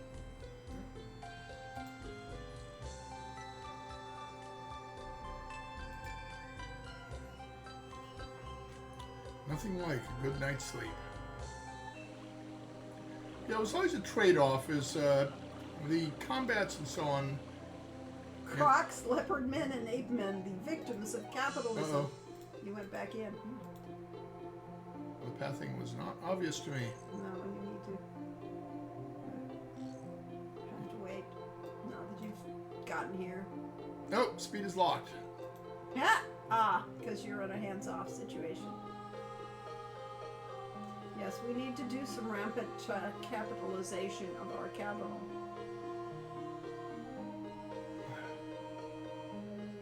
Yes, one gets very used to using the Hearthstone in World of Warcraft to basically just go somewhat faster, but not max. There's probably a run command, but I couldn't find it. Yes, there didn't see it is. in the We've menu. been running all this time. Oh, here it is. Okay, let us run. Now, the way I programmed this originally, you became more tired if you ran a lot. Yeah. I don't know if that is still I in by don't Quest think for Glory that's in 3. there. Let's see if we've used up any vigor, stamina, whatever it's called by now. Just in that little space. Stamina, yes. Stamina is down a little, so running does eat stamina. It does drain your stamina. Yes, we have verified that. And you need Ironically, one of the favored meme categories among certain Quest for Glory speedrunners is bankrupt percentage, running the games without using any money. Ah! Okay. Yeah, these are challenge modes, I guess. I was going to say, I follow CRPG Addict, and one of the things that he's talked about is game economies, and that a lot of games it feels like, why do you even have money in them? Because there's either no place to spend them, or you have so much money by the end of the game that you can buy everything there is. So am I going back down and buying stuff, or am I going to try and make it to the I think waterfall? you should try to. I mean, I think Find we co- need money, so Go to the therefore- jungle and look for combat? Yeah, or go trying to find where. We found it! We found combat! Freeze! Now, I could conserve my mana by using the staff. I think that might be wise. Okay. Zap. Challenge mode is something I made per a request, a literal one. Point under character, I think 1 point in strength and everything else is at 0. Oh, yeah.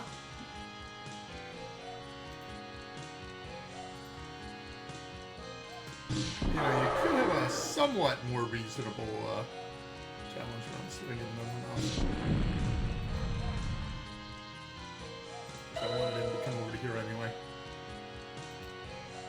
I wanted him to get closer to the edge so I'd have more room. Yeah.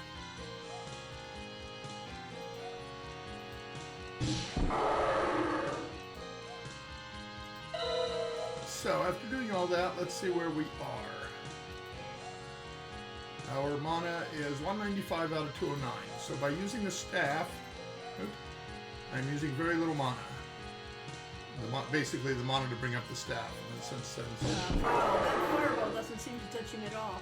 Oh, we'll see how. you know, it'd be nice if he had a health bar over his head, but Yeah, we didn't that wasn't get that. that wasn't a trope back then. Yeah.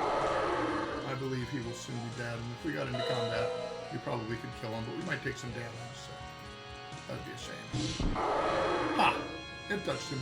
Yeah. Kind of. Reach out and touch someone. I got 4 royals. Yay. I was a humanoid. Yes.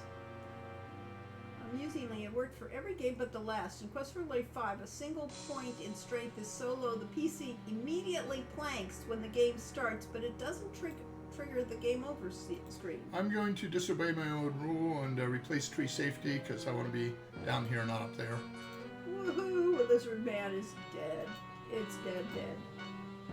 And it really looks most sincerely dead.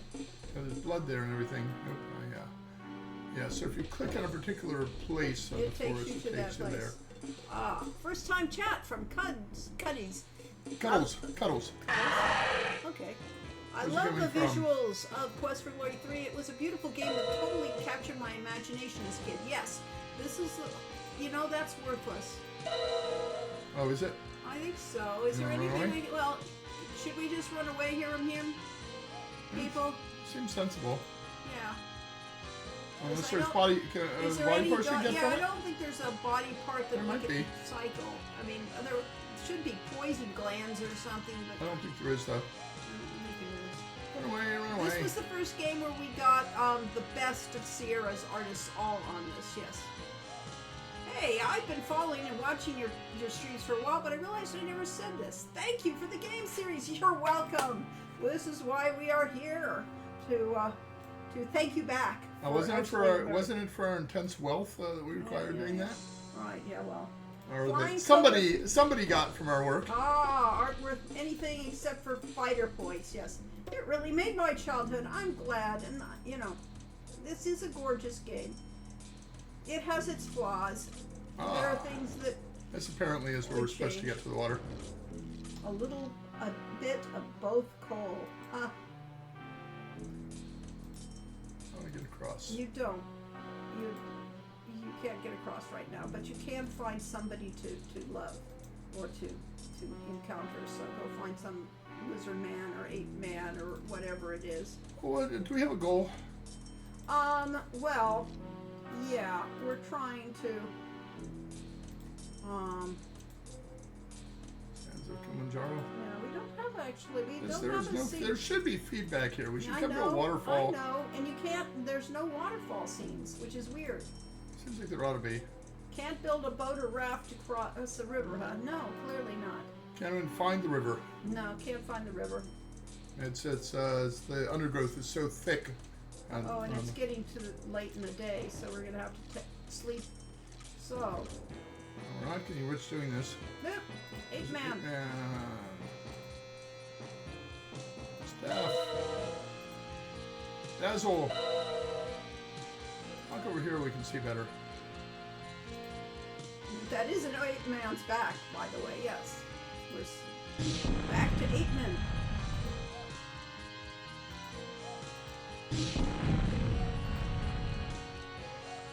Dazzle.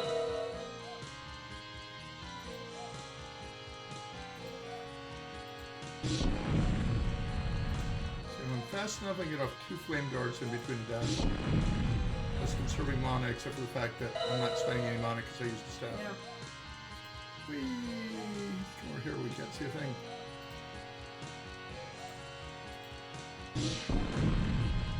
In the backside. This is very dishonorable. We really ought to be a thief if we're going to do this. I don't know. I think this is the right way for a mage to play the game. Cowardly. Yes. Accepting that we are weak and they are strong. Yes, they are strong. But we have magic and they do not. Which is why magic is forbidden in Tarna, because people It really is a dishonorable. Yeah, it sure is. This is not an honorable fight. And we killed it. But they're also dishonorable just, from deciding to come attack us for no good reason. Ape it a shame?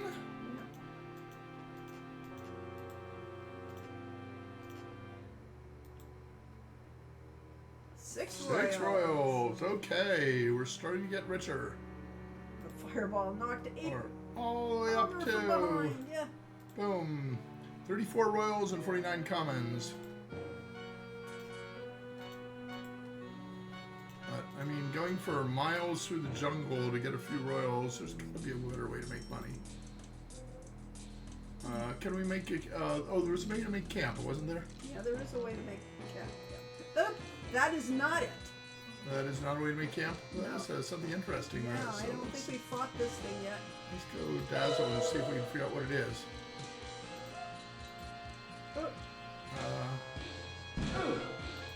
Ha! I think we better run away. I think she was just... Is that a demon?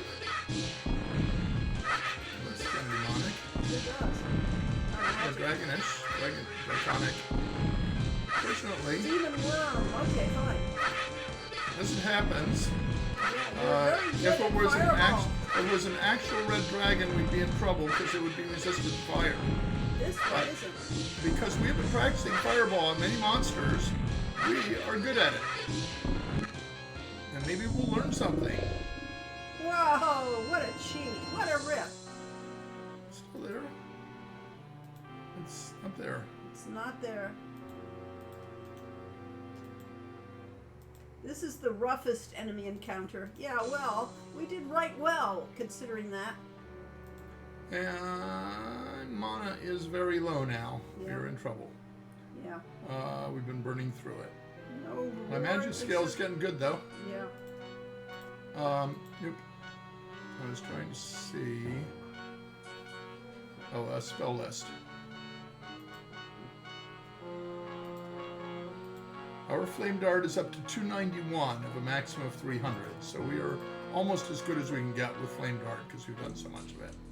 The problem is we've burned through an awful lot of mana doing it. So we have a choice of using up our stamina by running like mad. You definitely Or- should from that thing, though. It is clear that if it's not going to give us loot, then why would we fight it? Nope.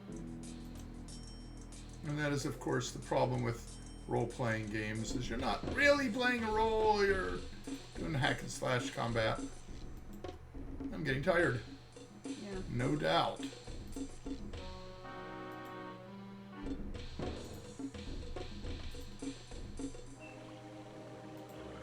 I could possibly go into walk mode, but it doesn't matter if we're going to sleep soon. Oop. How do we get there?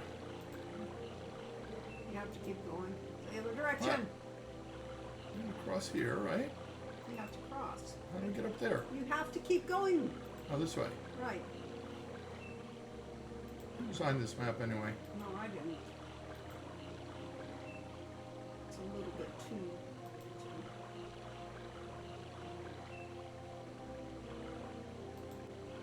No, we gotta get over there.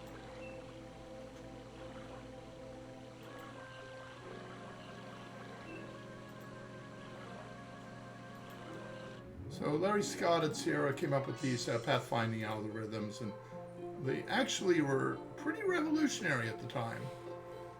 That's A, go into walk, and B, go into slower.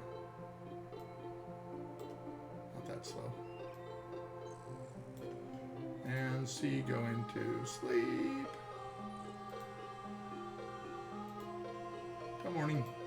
Alright, so Brainiac says one of the oddest things about the points in this game, though, is the fighter gets an extra 3 points for defeating a forced demon worm in the endgame.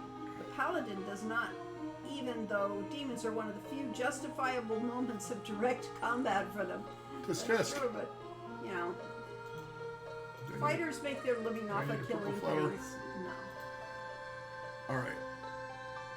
Even though it's kind of redundant, we will save. Once again, replacing that save game, because now we have some money. So we're gonna have to get back to town and talk to someone. Right. We are not equipped for being out in the wilderness. I don't know, we're doing right well. We're also supposed to go back to the Sambani village, aren't we, Right, at some we point? will be going back to the Sabani So village. we're gonna rest next. Yeah. Basically. Talk to Johari. Yeah, well, I think we need to talk to the, Liban? Liban, yeah. Well, Iban, for those who have not been in the previous sessions, is the headman of the Sambani village that is based on the Maasai tribe in East Africa. Ironically, the paladin exclusive points are all in the early game, and the fighter exclusive ones are all in the late game. So becoming a paladin in this game makes you miss all of them. Oh, that's interesting. Well, you have to keep in mind that this is the game on which I did the least. Maybe including Quest for Glory 5, but I was off working on a different project while Lori was designing this game and planning out puzzle points and so on. And that had previously been my domain, is to do anything having to do with numbers. Combat balance and all that sort of thing. No, I walked straight across you there. did. Why didn't I do that the last time? You broke the pathing there. That's probably, maybe it was designed that way. Maybe.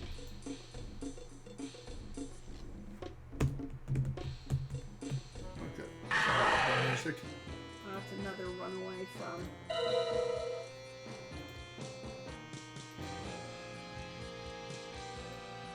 Worthless monsters. You clear the maximum points though, because this one doesn't increase the cap like Quest for Glory 2 does. Yeah. I have a feeling that running at very high speed while in walking stance takes longer to get away, but probably doesn't burn any of my Probably stamina. doesn't make any difference. Yeah, see, my stamina did not go Yeah. down at all because I was Right. moving fast because of the game interface, instead of because the player was. You should be able to taunt the monster when we're dazzled. Yeah, well, we taunt them by hitting them with fireballs. Yeah, maybe moon them. Yeah, Yeah, we sun them. We let them see the light.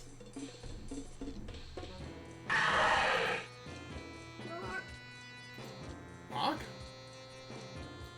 Now, theoretically, I should not be running away to the right, but in practice, it does not matter which direction you run. Because this is just. Real, like, fighter paladin 100% runs can beat the game with 510 points or so. Okay, good. Insert French knight taunts the Monty Python line here, yes. You silly fricaniggets.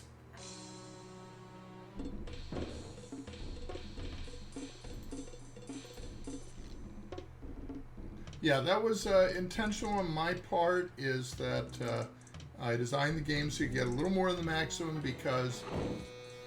I'm just running for that. Yes, we are. There is absolutely no point for this. No point. See, earlier you made me fight things to build up my skills, but my skills are really built up. Well, yeah, well, one skill is in particular. Run away! Run that way! Whee! This is so early cartoon-ish. Yes. Your mother smells like elderberries! Yes. Which I think there was an elderberry joke in one of the Christy Marx games, because, of course, the gourmet restaurant in Oakhurst was Erna's Elderberry House. And they grew their own elderberries and made elderberry wine and used elderberry in a lot of their Michelin star level, technically not Michelin star, but Michelin star level recipes. Greet. Missouri. Hey, what's up with the Elder, Mingoche? What's up with the village? Insulting enemies in combat? What is this, Monkey Island? There is nothing new from the Elder. That is definitely one of the most brilliant. Ooh, there's a person outside of our tent. Oh, that's the Lebon's tent. Okay. Sidon's tent, yeah. Yeah. Okay. That's the guard. He is always there. Okay. Fine. Let's go see our future wife. Go back this way. Yeah. Or Yusufu's future wife. Yeah. Oh, you did very well to be taking away the magic of the leopard lady. Now she'd be looking like a real person. She'd be looking very good. We've already had this dialogue, so nothing has advanced. Nothing has advanced. Ask about Yusufu. The more I look at her, the more I think I want her for a bride. Wait, her name's Yusufu too? Ask about the leopard man. She ignores me. Ask about the war. Ask about the village. Walk over there and speak to her. Maybe my communication skill needs to be higher. Could be. Greet. You greet Yusufu. Oh well. How appropriate. You fight like a cow.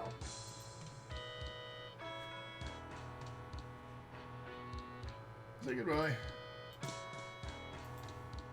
Okay, well, we accomplished nothing there, so we have not advanced that plot. Is Yusufu objectifying the prisoner? That seems cagey. Har, har, har. Yes, well, yeah. Let's go talk to Leban, ignoring the guard. Guard gestures for you to enter. Oh, well, I didn't expect that. No, now you know. Greet the Liban. Bong, greet. You say Habari. Missouri, young hero. He's correcting us. It's not Habari, it's Missouri. Tell about prisoner. You tell how you used the dispel potion on the prisoner. Missouri, now she will tell us where the Leopard Man village be, as a prisoner or as a wife. Wife? Ask about the bride price. The price I set for the prisoner is high, for I want the husband to value her and not let her escape. Also, I do not want my son Yusufu to wed such a creature. She is an enemy of the Simbani. That's the wrong accent of Yusufu, sorry. I will set the price at 1 fine robe, 1 fine spear, and 5 zebra skins. Yikes, that's high. It doesn't say much. Do-do-do-do. One zebra skin. That's not enough. One fine robe. Hey, I got that. Spears. Ain't got one. Is it dagger? Fine dagger. Okay. That's like 41 royals. And there's nothing we need a string of beads for. Not yet. What about fruit? We don't need that one either. How about venomous vine fruit? We're trying to get this fruit, but I wouldn't suggest making a snack of it. How Is this about a late wooden stage leopard? or early stage capitalist? Well, yeah, she's eating. Okay. Telebelt prisoner. Nope, I only did that. Beep. Beep. Ask about spear. Told the spear of death. Maybe if I get him a spear, he'll mistake it for the spear of death. Could be. A little bit, nearsighted. Know that you have turned the prisoner into woman. She will stay in the cage until she tells us where her village hides, or when someone buys her for a bride. Her husband will soon know where the village be, and we will have the spear of death again. Already my son Yusufu has asked for the bride price. I do not want him to marry an enemy, so I have set the bride price high. Oh, we could get all those things and give them to Yusufu. That would be appropriate. Ask about the leopardmen. Seems you can use magic greater than leopardmen, Missouri. You will help us regain the spear of death. The bride price of the prisoner. Now this is some redundancy in here, and that's because we don't know whether the player is going to bother to click all of these options. And we want to make it so if they do anything reasonable, that they will get the information that they need. Yeah, it skeeves me too at this point. That's like, oh boy. But you know. 41 royals. That's about what we have. Oh, I should say goodbye. Let's see if it were us home. Not a good time. That time of month. Oh, I should have looked at the time. Habari. The time is getting afternoon. Should I stay here for the night? Wonder how the Laban took Nah. it when they were married. Probably not well. I believe you have the spear and the robe. We do not have enough zebra skins. We do not have a spear. No, we don't have a spear yet. We have a robe and we have one zebra skin. Right, so but Zebra we know skin. where to get those. I've been playing WoW too much. One zebra skin. Ah, yes. So I will need 4 more zebra skins and a fine spear. And we'll need that feather. Spear and 4 skins, yes. Where do we What get are the we going to feather? need a feather for? Oh, good. When do we Alright, need you it? could sleep here. So we can get more healing potions for free. Take a drink of the water. Yeah, I'm trying to figure out how. I guess you probably use a hand on it. Probably.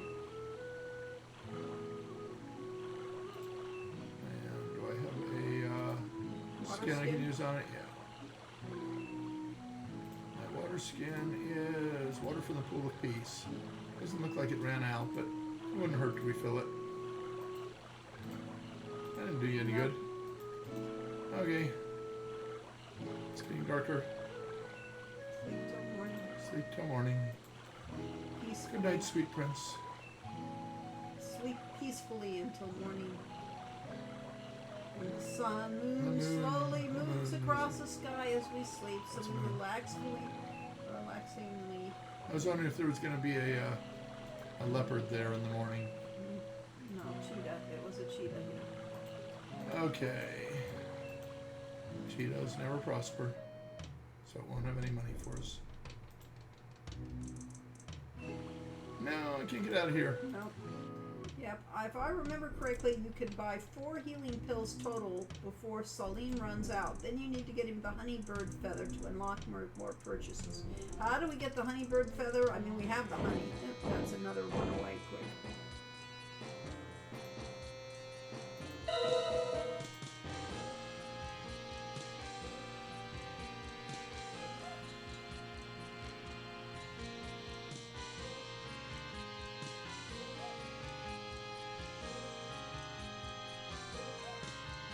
There's a reason why they say run very fast.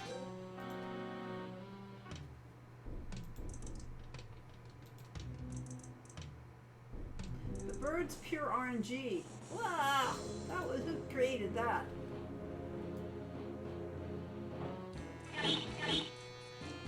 Is that the bird? No, that's an ant.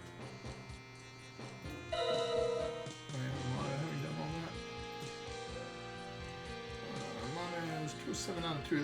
Okay, apparently Dazzle Spell doesn't cost very much. No, nothing to that, is there?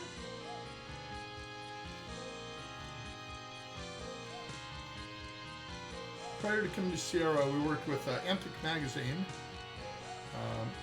which had a new one called Start, which was the something to do with the Atari ST. And I was developing a desktop publishing system for the Atari ST and worked with Oh, it's getting dark. people there. Turn in the dark. We've probably been using up our rations because we haven't Yeah. eaten in town for a while. That is the right interface here. We have meat. We have some meat, dried meat. Is there any rations here? Are we out of them? Yeah. Eggs. We could have starved in the forest if we didn't meet a waffle. Different guards as a result of the fact it's night. Maybe we should leave it that way so we meet the awful waffle rocker.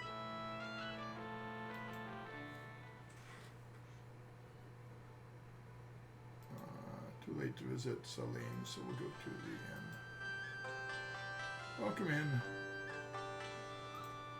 Speed back down. It's just too ridiculous looking.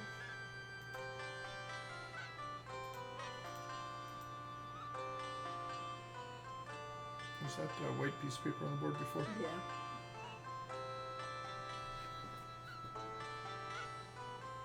You got cow's feet though. Yep, This is very relaxing. it is. What would you have me do for you now, bringer of peace? Chatter away. Order meal. I will bring your meal right out. I'm tired of flirting with her, Okay. especially after we learned about her husband. Well, you haven't learned yet. Yes, I have.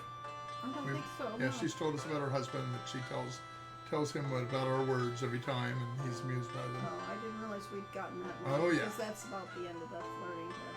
Yeah, we've flirted with her many times.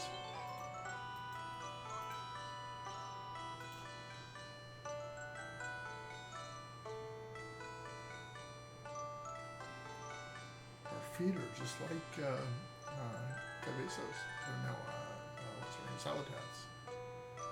Very tasty, but it was a bit strange. So I guess we've already eaten it. Yep, we've eaten it. See our plates Think clean. again.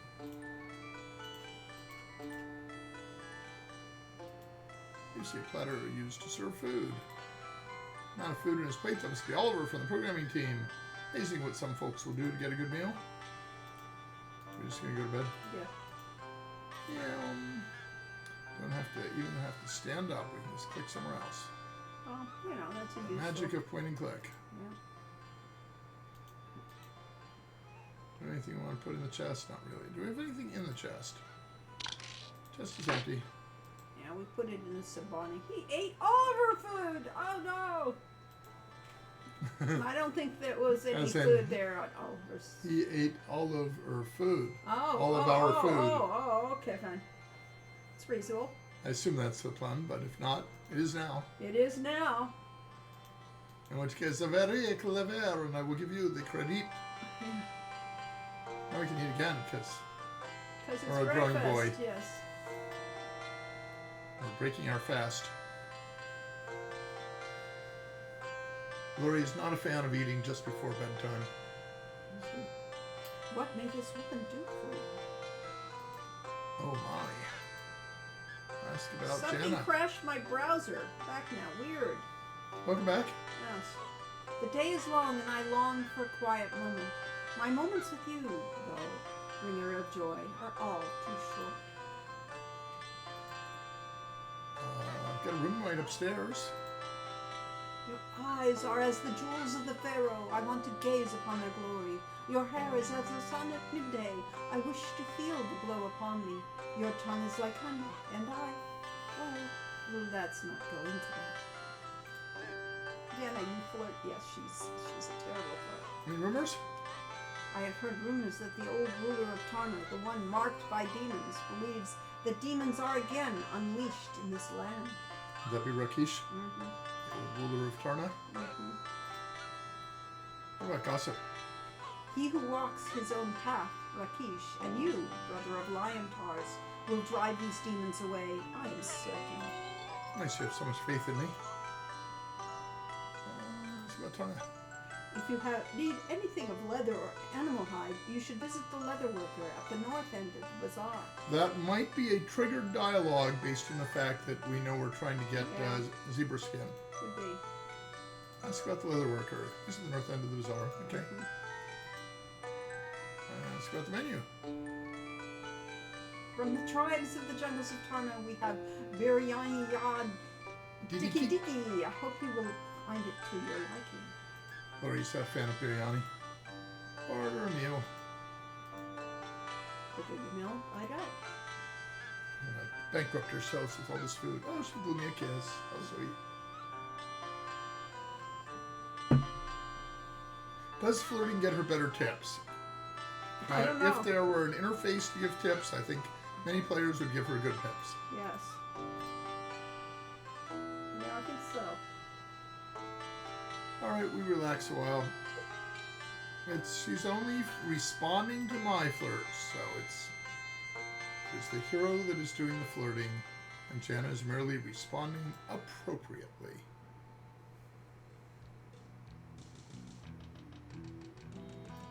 Oh, what are we supposed to do? Oh, we're supposed to be going to the bazaar. We can't afford to buy stuff until we know how much money we have. Of course, we may not be able to survive the jungle without having money. Oh, we can. Is that a silly clown up there? No, it's just the way the dress is. Ooh, skins. North end must be this way. Oh, well, this is the weapons seller. Ask about weapons. All Sully's types. a turkey, yes. Well, I guess we use our money bag on him. Bop. One fine spear. 15 royals! Alright. Half our money goes to one fine spear. Well, you can try bargaining. Let's try 12. Yeah. See if our communication is good enough. So be it. You have bargained beyond my skills, and I am overwhelmed. The deal is now yours. Yeah, well, he says you could get him down to 1 royal. On the spear, Okay. If if you there's a small glitch. back It is back good. out and talk to another merchant. It Yes. is good. You are Yes, happy. that's- I am happy. We have done well. Yes, Pay you. for it and put it away in your pack. I don't know how I fit a spear in my pack, but never mind that. I could maybe strap it to the outside of the pack. Man, that guy's looks like he's got zebra skins. Yeah. Talk to him. Oh, Jumbo Buana. No, wasn't too useful. Let's try money on him. He's got zebra skins. They're 5 rolls each. It's really cheap. Bargain. You're okay, so we want to go quantity 4, and he says 20. Now we can bargain. It's Oh, we per- took it back 2. Yeah. We're offer 3. Azuri Buana, it is good. Quantity 4, purchase. All So right. our communication skill has gone up, or our reputation Yeah. with them. Any discount for buying in volume? Clearly not. Our communication is 188. I mean, that's out of 300, so it's not great, but it's much better than a starting character. All right, we have in our inventory, let us take inventory. We have here money, a dagger, a fine spear, a tinderbox, a poison cure pill, a bit of dried meat, some fruit, beads, zebra skins. You have 5. We don't need extras. Dinosaur horn that we couldn't get anyone to buy from us. Some honey that we didn't find any need for. Yet. Yet. Are we going to, you think? Yeah. Okay, let's go and see if Cal will sell some more meat. Because we can't afford rations, but we might be able to afford his meat. Oh, and I forgot to check what my money pouch had in it. Money pouch is down to 8 royals and 49 commons.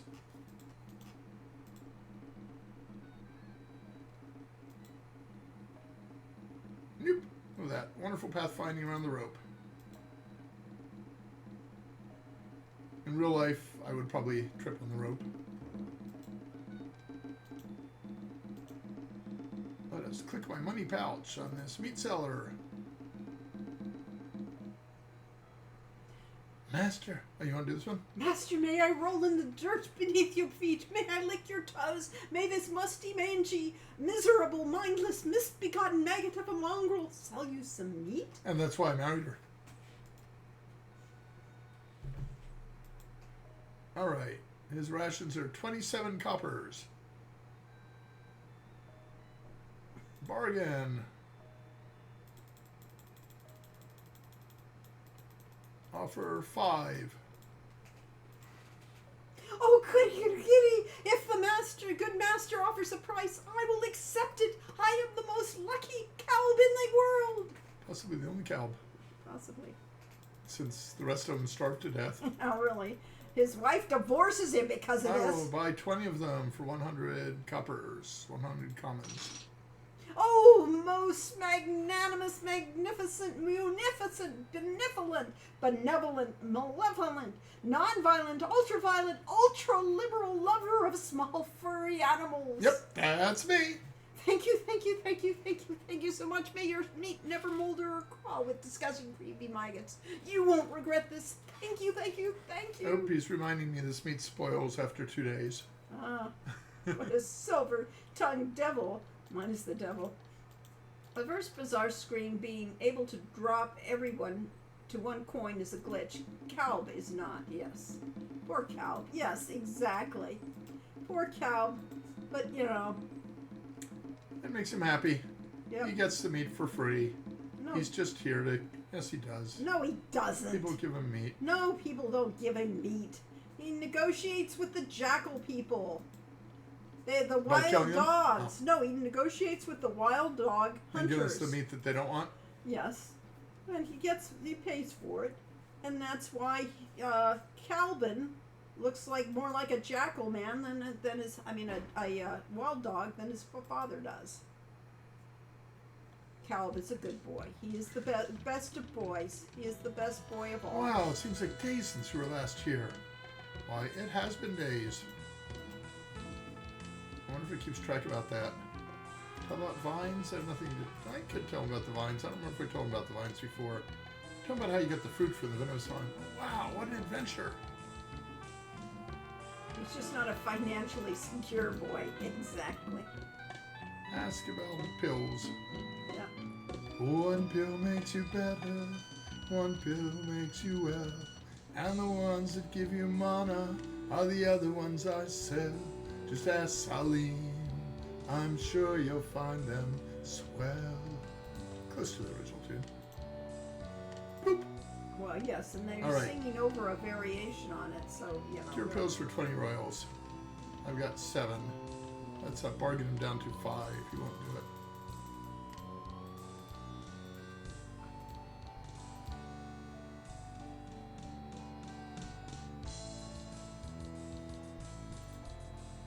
Oh. That's all we can do. How do you get out of this? New item?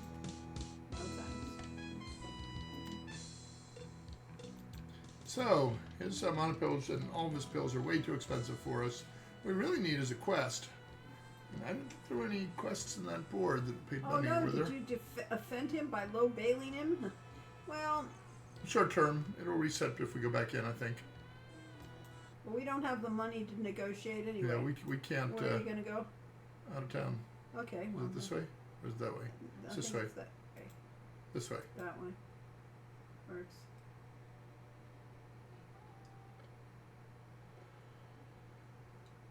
And Max Communication will accept half price. Uh-huh. If you offer below half, you annoy the vendor. So, more Crocs? Clearly. Crocs and ape men. Basically luck. That's not it. Oh, yes, it is. I didn't recognize that they had something like that. Yay! You should just... Can't afford the mana. Yes, you Can't get can mana pills back. now. You right by town, Corey. You can go sleep and get your mana back. When we get to our destination, we keep doing that. You don't have a real destination at this point. Yes, I do. I have Oh, everything that's I really need. true. I'm gonna buy a hot leopard woman. Ah, you're gonna take a wife. Yeah. And her fur will keep me warm at night. I like how casually the heel is. Well, he doesn't want to, upset the thing and make it realize it's a problem. Yes. The one area I find most often find the honeybird is near the rock outcropping towards the top of this first Sonata screen. Basically, you have to wander around the overworld map back and forth until it appears. Yeah, like, no problem. I got this. And well, you do. I mean, once you figure out this strategy, it's like, okay, we could do this in our sleep. Yeah, well, the important part of the We strategy... can file our nails while we're The waiting. important part of the strategy was getting that magical staff and using magical staff, Yes. so the mana would be out otherwise. Uh-huh. Because this spell costs 5 magic points per cast, Yeah. and the dazzle spell costs 3. Yes! Nothing phases our hero. I'll roast this crocodile's butt. Ooh, we got 3 off. Buddy Growlers. Yeah, we did. Well, and he's down for the count. I can do this. Croc all is bound long for day Boot long. Hill. Oh, that's a little joke. Okay. Crocodile boots. Ah, Boot Hill. okay. And the Old West. Yep. Crossed with... All right, so he says Crocodile skin start boots. walking around the top of the map.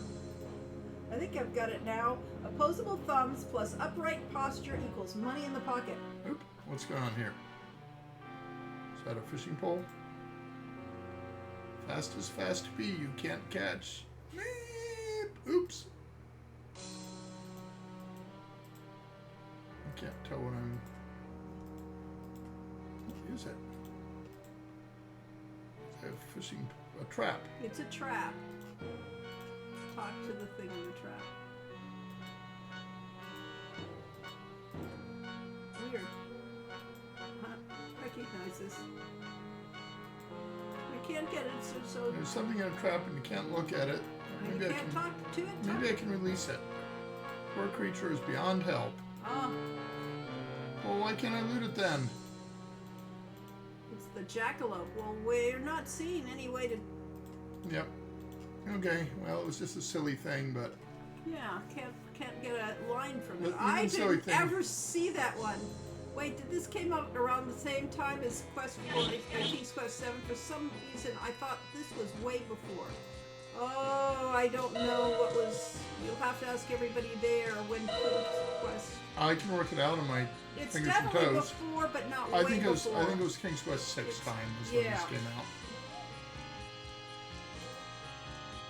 Is there any reason to kill Giant? No, just a waste of spell. You got caught. I did. It was a few years before that. Wow, this changes the whole Sierra timeline in my head. King's Quest 7 was November of '94. Do you know how you can easily remember when it came out with respect to other games? By the box type. Ah, okay, if you remember the boxes. Anyway, Heroes Quest was 89. Yeah. Quest for Glory 2 is 90. Quest for Glory 3 was 92. Graveyard Night 1 was like the same time as King's Quest 7. Quest for Glory 3 Was was... August 92? I didn't think we ever came out with a game in August. Wow. No, well, it was half a year. I mean, this was fast. Yeah, I still would have thought it would be new. So am I wandering around here? Yeah, he said somewhere around there, yeah. I didn't realize they all came out at around the same time. What am I looking for here? Oh, you're looking for a bird. If there was a bird there, I didn't see it.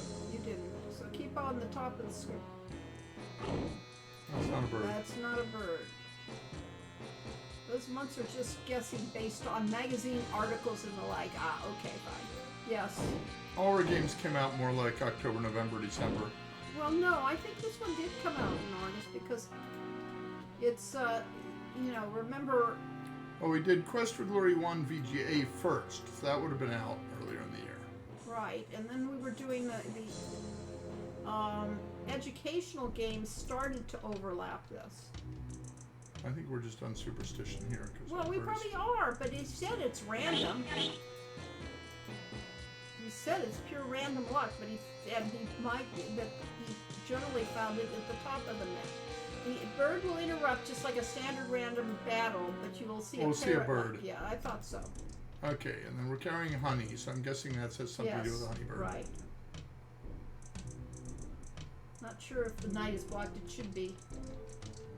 You have broken the spell on the leopard man, I have heard.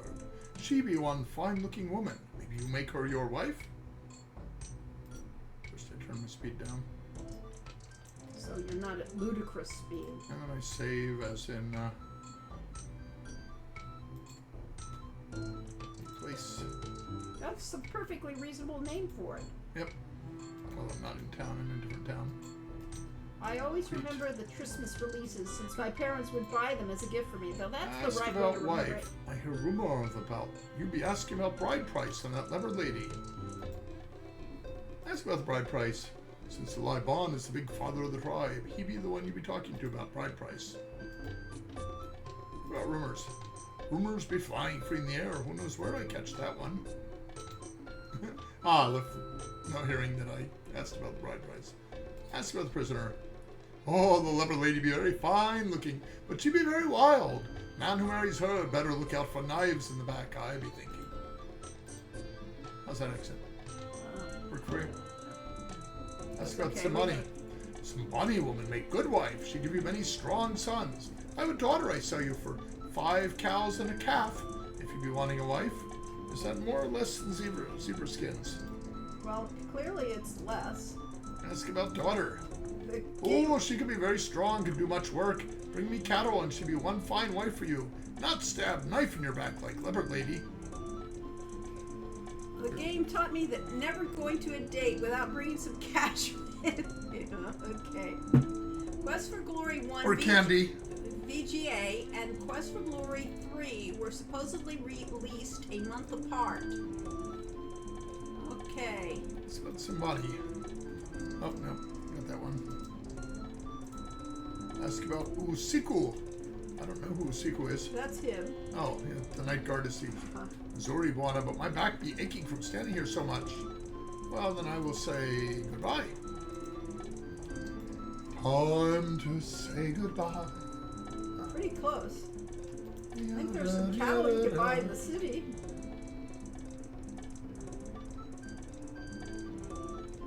I don't think QFT3 was out in August. That just sounds too early.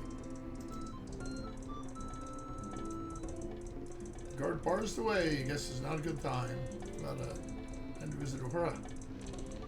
Ah, So, breaker of magic, you turn the leopard man into a woman. Now there be no more talk of beating the prisoner. Now there be talk of marrying the prisoner. what fools these Simbani be. Greet. Missouri friend. Talk about the spell. You tell Uhura about how you used a dispel potion upon the prisoner. You took away the leopard lady's magic and probably saved her life. Ask about prisoner. The leopard lady be young and good looking, so men not be so quick to want her dead. Can you ask Uhura about Chekhov? Sorry, no. Ask about Or James Sulu. Tiberius Kirk. Yes. The Liban's setting the bride price to buy the prisoner. Maybe you buy her, then make her tell you where to find the Leopardman village. I sure she can tell you where to go. She tell you where to Yeah, go. she'd tell you where to go. Yes, And that's true. that would be a Lori line. Yeah. She'll tell you where to go, all right. Oh, ask about bride price? To buy a bride, you must pay the father. Liban be the one to set the price for the prisoner. But we don't know her father. I do not be thinking marriage with the leopard lady be easy. No warrior be able to handle that woman, I bet.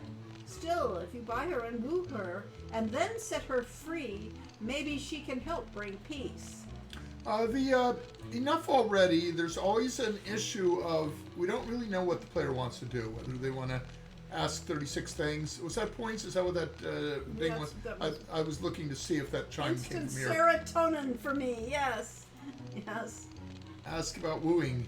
No woman likes to be bought like a cow or to be wed to a man against her wishes. If you give her nice things, maybe she like you.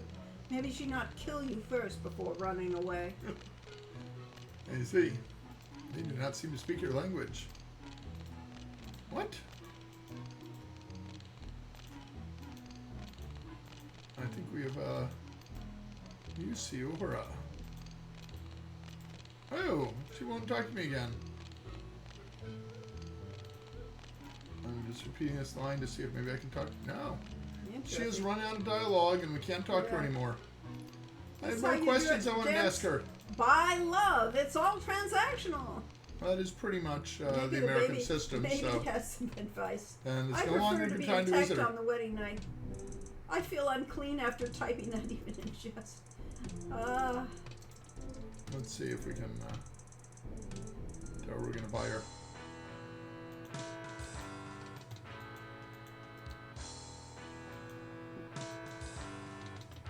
Attractive young woman. Ask about Leopard Man. Turns her head and ignores you. That's slightly different than what it said before. At least you got her. Let's offer her money. Not an appropriate offering at this time. How about a pretty kitty? Nope. That didn't work. And yeah, that might be a glitch. There's a specific dialogue option that basically ends where a function normally in that scene. Reaches for It a sculpture should and draws reset. back from you with snarls.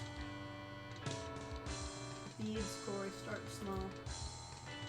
Offer food or water, that would probably be reasonable. Into the bees will not take them now.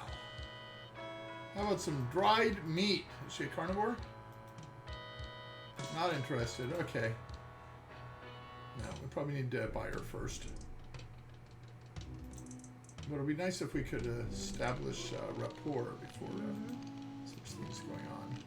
The time is currently the middle of the night. I need to get some rest. So, Yeah, you gotta pay the bride price first, then give the gifts. Ah. It's sensible, but it would have been sensible the other way around too. If we snuck her gifts, Yeah, but it's appropriate to give her gifts once she's your bride. it's appropriate to give her gifts when I'm wooing her. Thank you. You can let her out early, but I believe that might be a dead man walking. Now You this better game not is be able a to. bit of a problem because it assumes that you want to woo her. I always love the Mancala minigame. We haven't had that for a while because of the prisoners interfered with That's it. because you won the game at the first time. Yes, it was like, Oh, okay, well. well, there's no challenge there. I'm sorry, You're- I could you have played worse. You outsmarted The algorithm. Yusufu, because you know Ask you are a about magic marriage. music. Oh, they give me points. You shall find it most interesting to be married to a wildcat. I accept your bride price, and the leopard man prisoner is now your wife. It's almost 4:30. Good timing, and we just Ask bought. about the spear. As long as the leopard man has the so, but that isn't the spear with him. No, Ask but about- you've paid for it. Yeah, I give him a spear. Uh-huh. Enough already. Nothing else to ask about. No, you got it. Yeah. No one seems to be So listening. that is like bad programming there. Nobody seems to be listening. He's not gonna. You didn't You even are say goodbye. dismissed. You didn't say goodbye. I couldn't. Okay. The interface was not there. Okay. Havari, hero Shapir. Already the rumor be spreading that you are now the husband of this leopard lady. Ha! I be thinking maybe you should find some gifts for your new bride. Maybe then she will think you more as a friend than as an enemy. Hey, do you play Mancala? We could play Mancala together. Or Awari, as we called it. We called it something different where my mom is from, but it is the same game, yeah. Greet. Nope. I don't want to greet Uhura. Tell about bride price. Tell her about the bride price you paid to Liban. That is a big bride price for a wife like this. Ha! Hey, girl. Maybe I should try to touch her. That would be a bad idea. Don't trouble yourself with such actions. Talk to her. No, the bad programming in the Libon Hunt is a timer Let her error. in.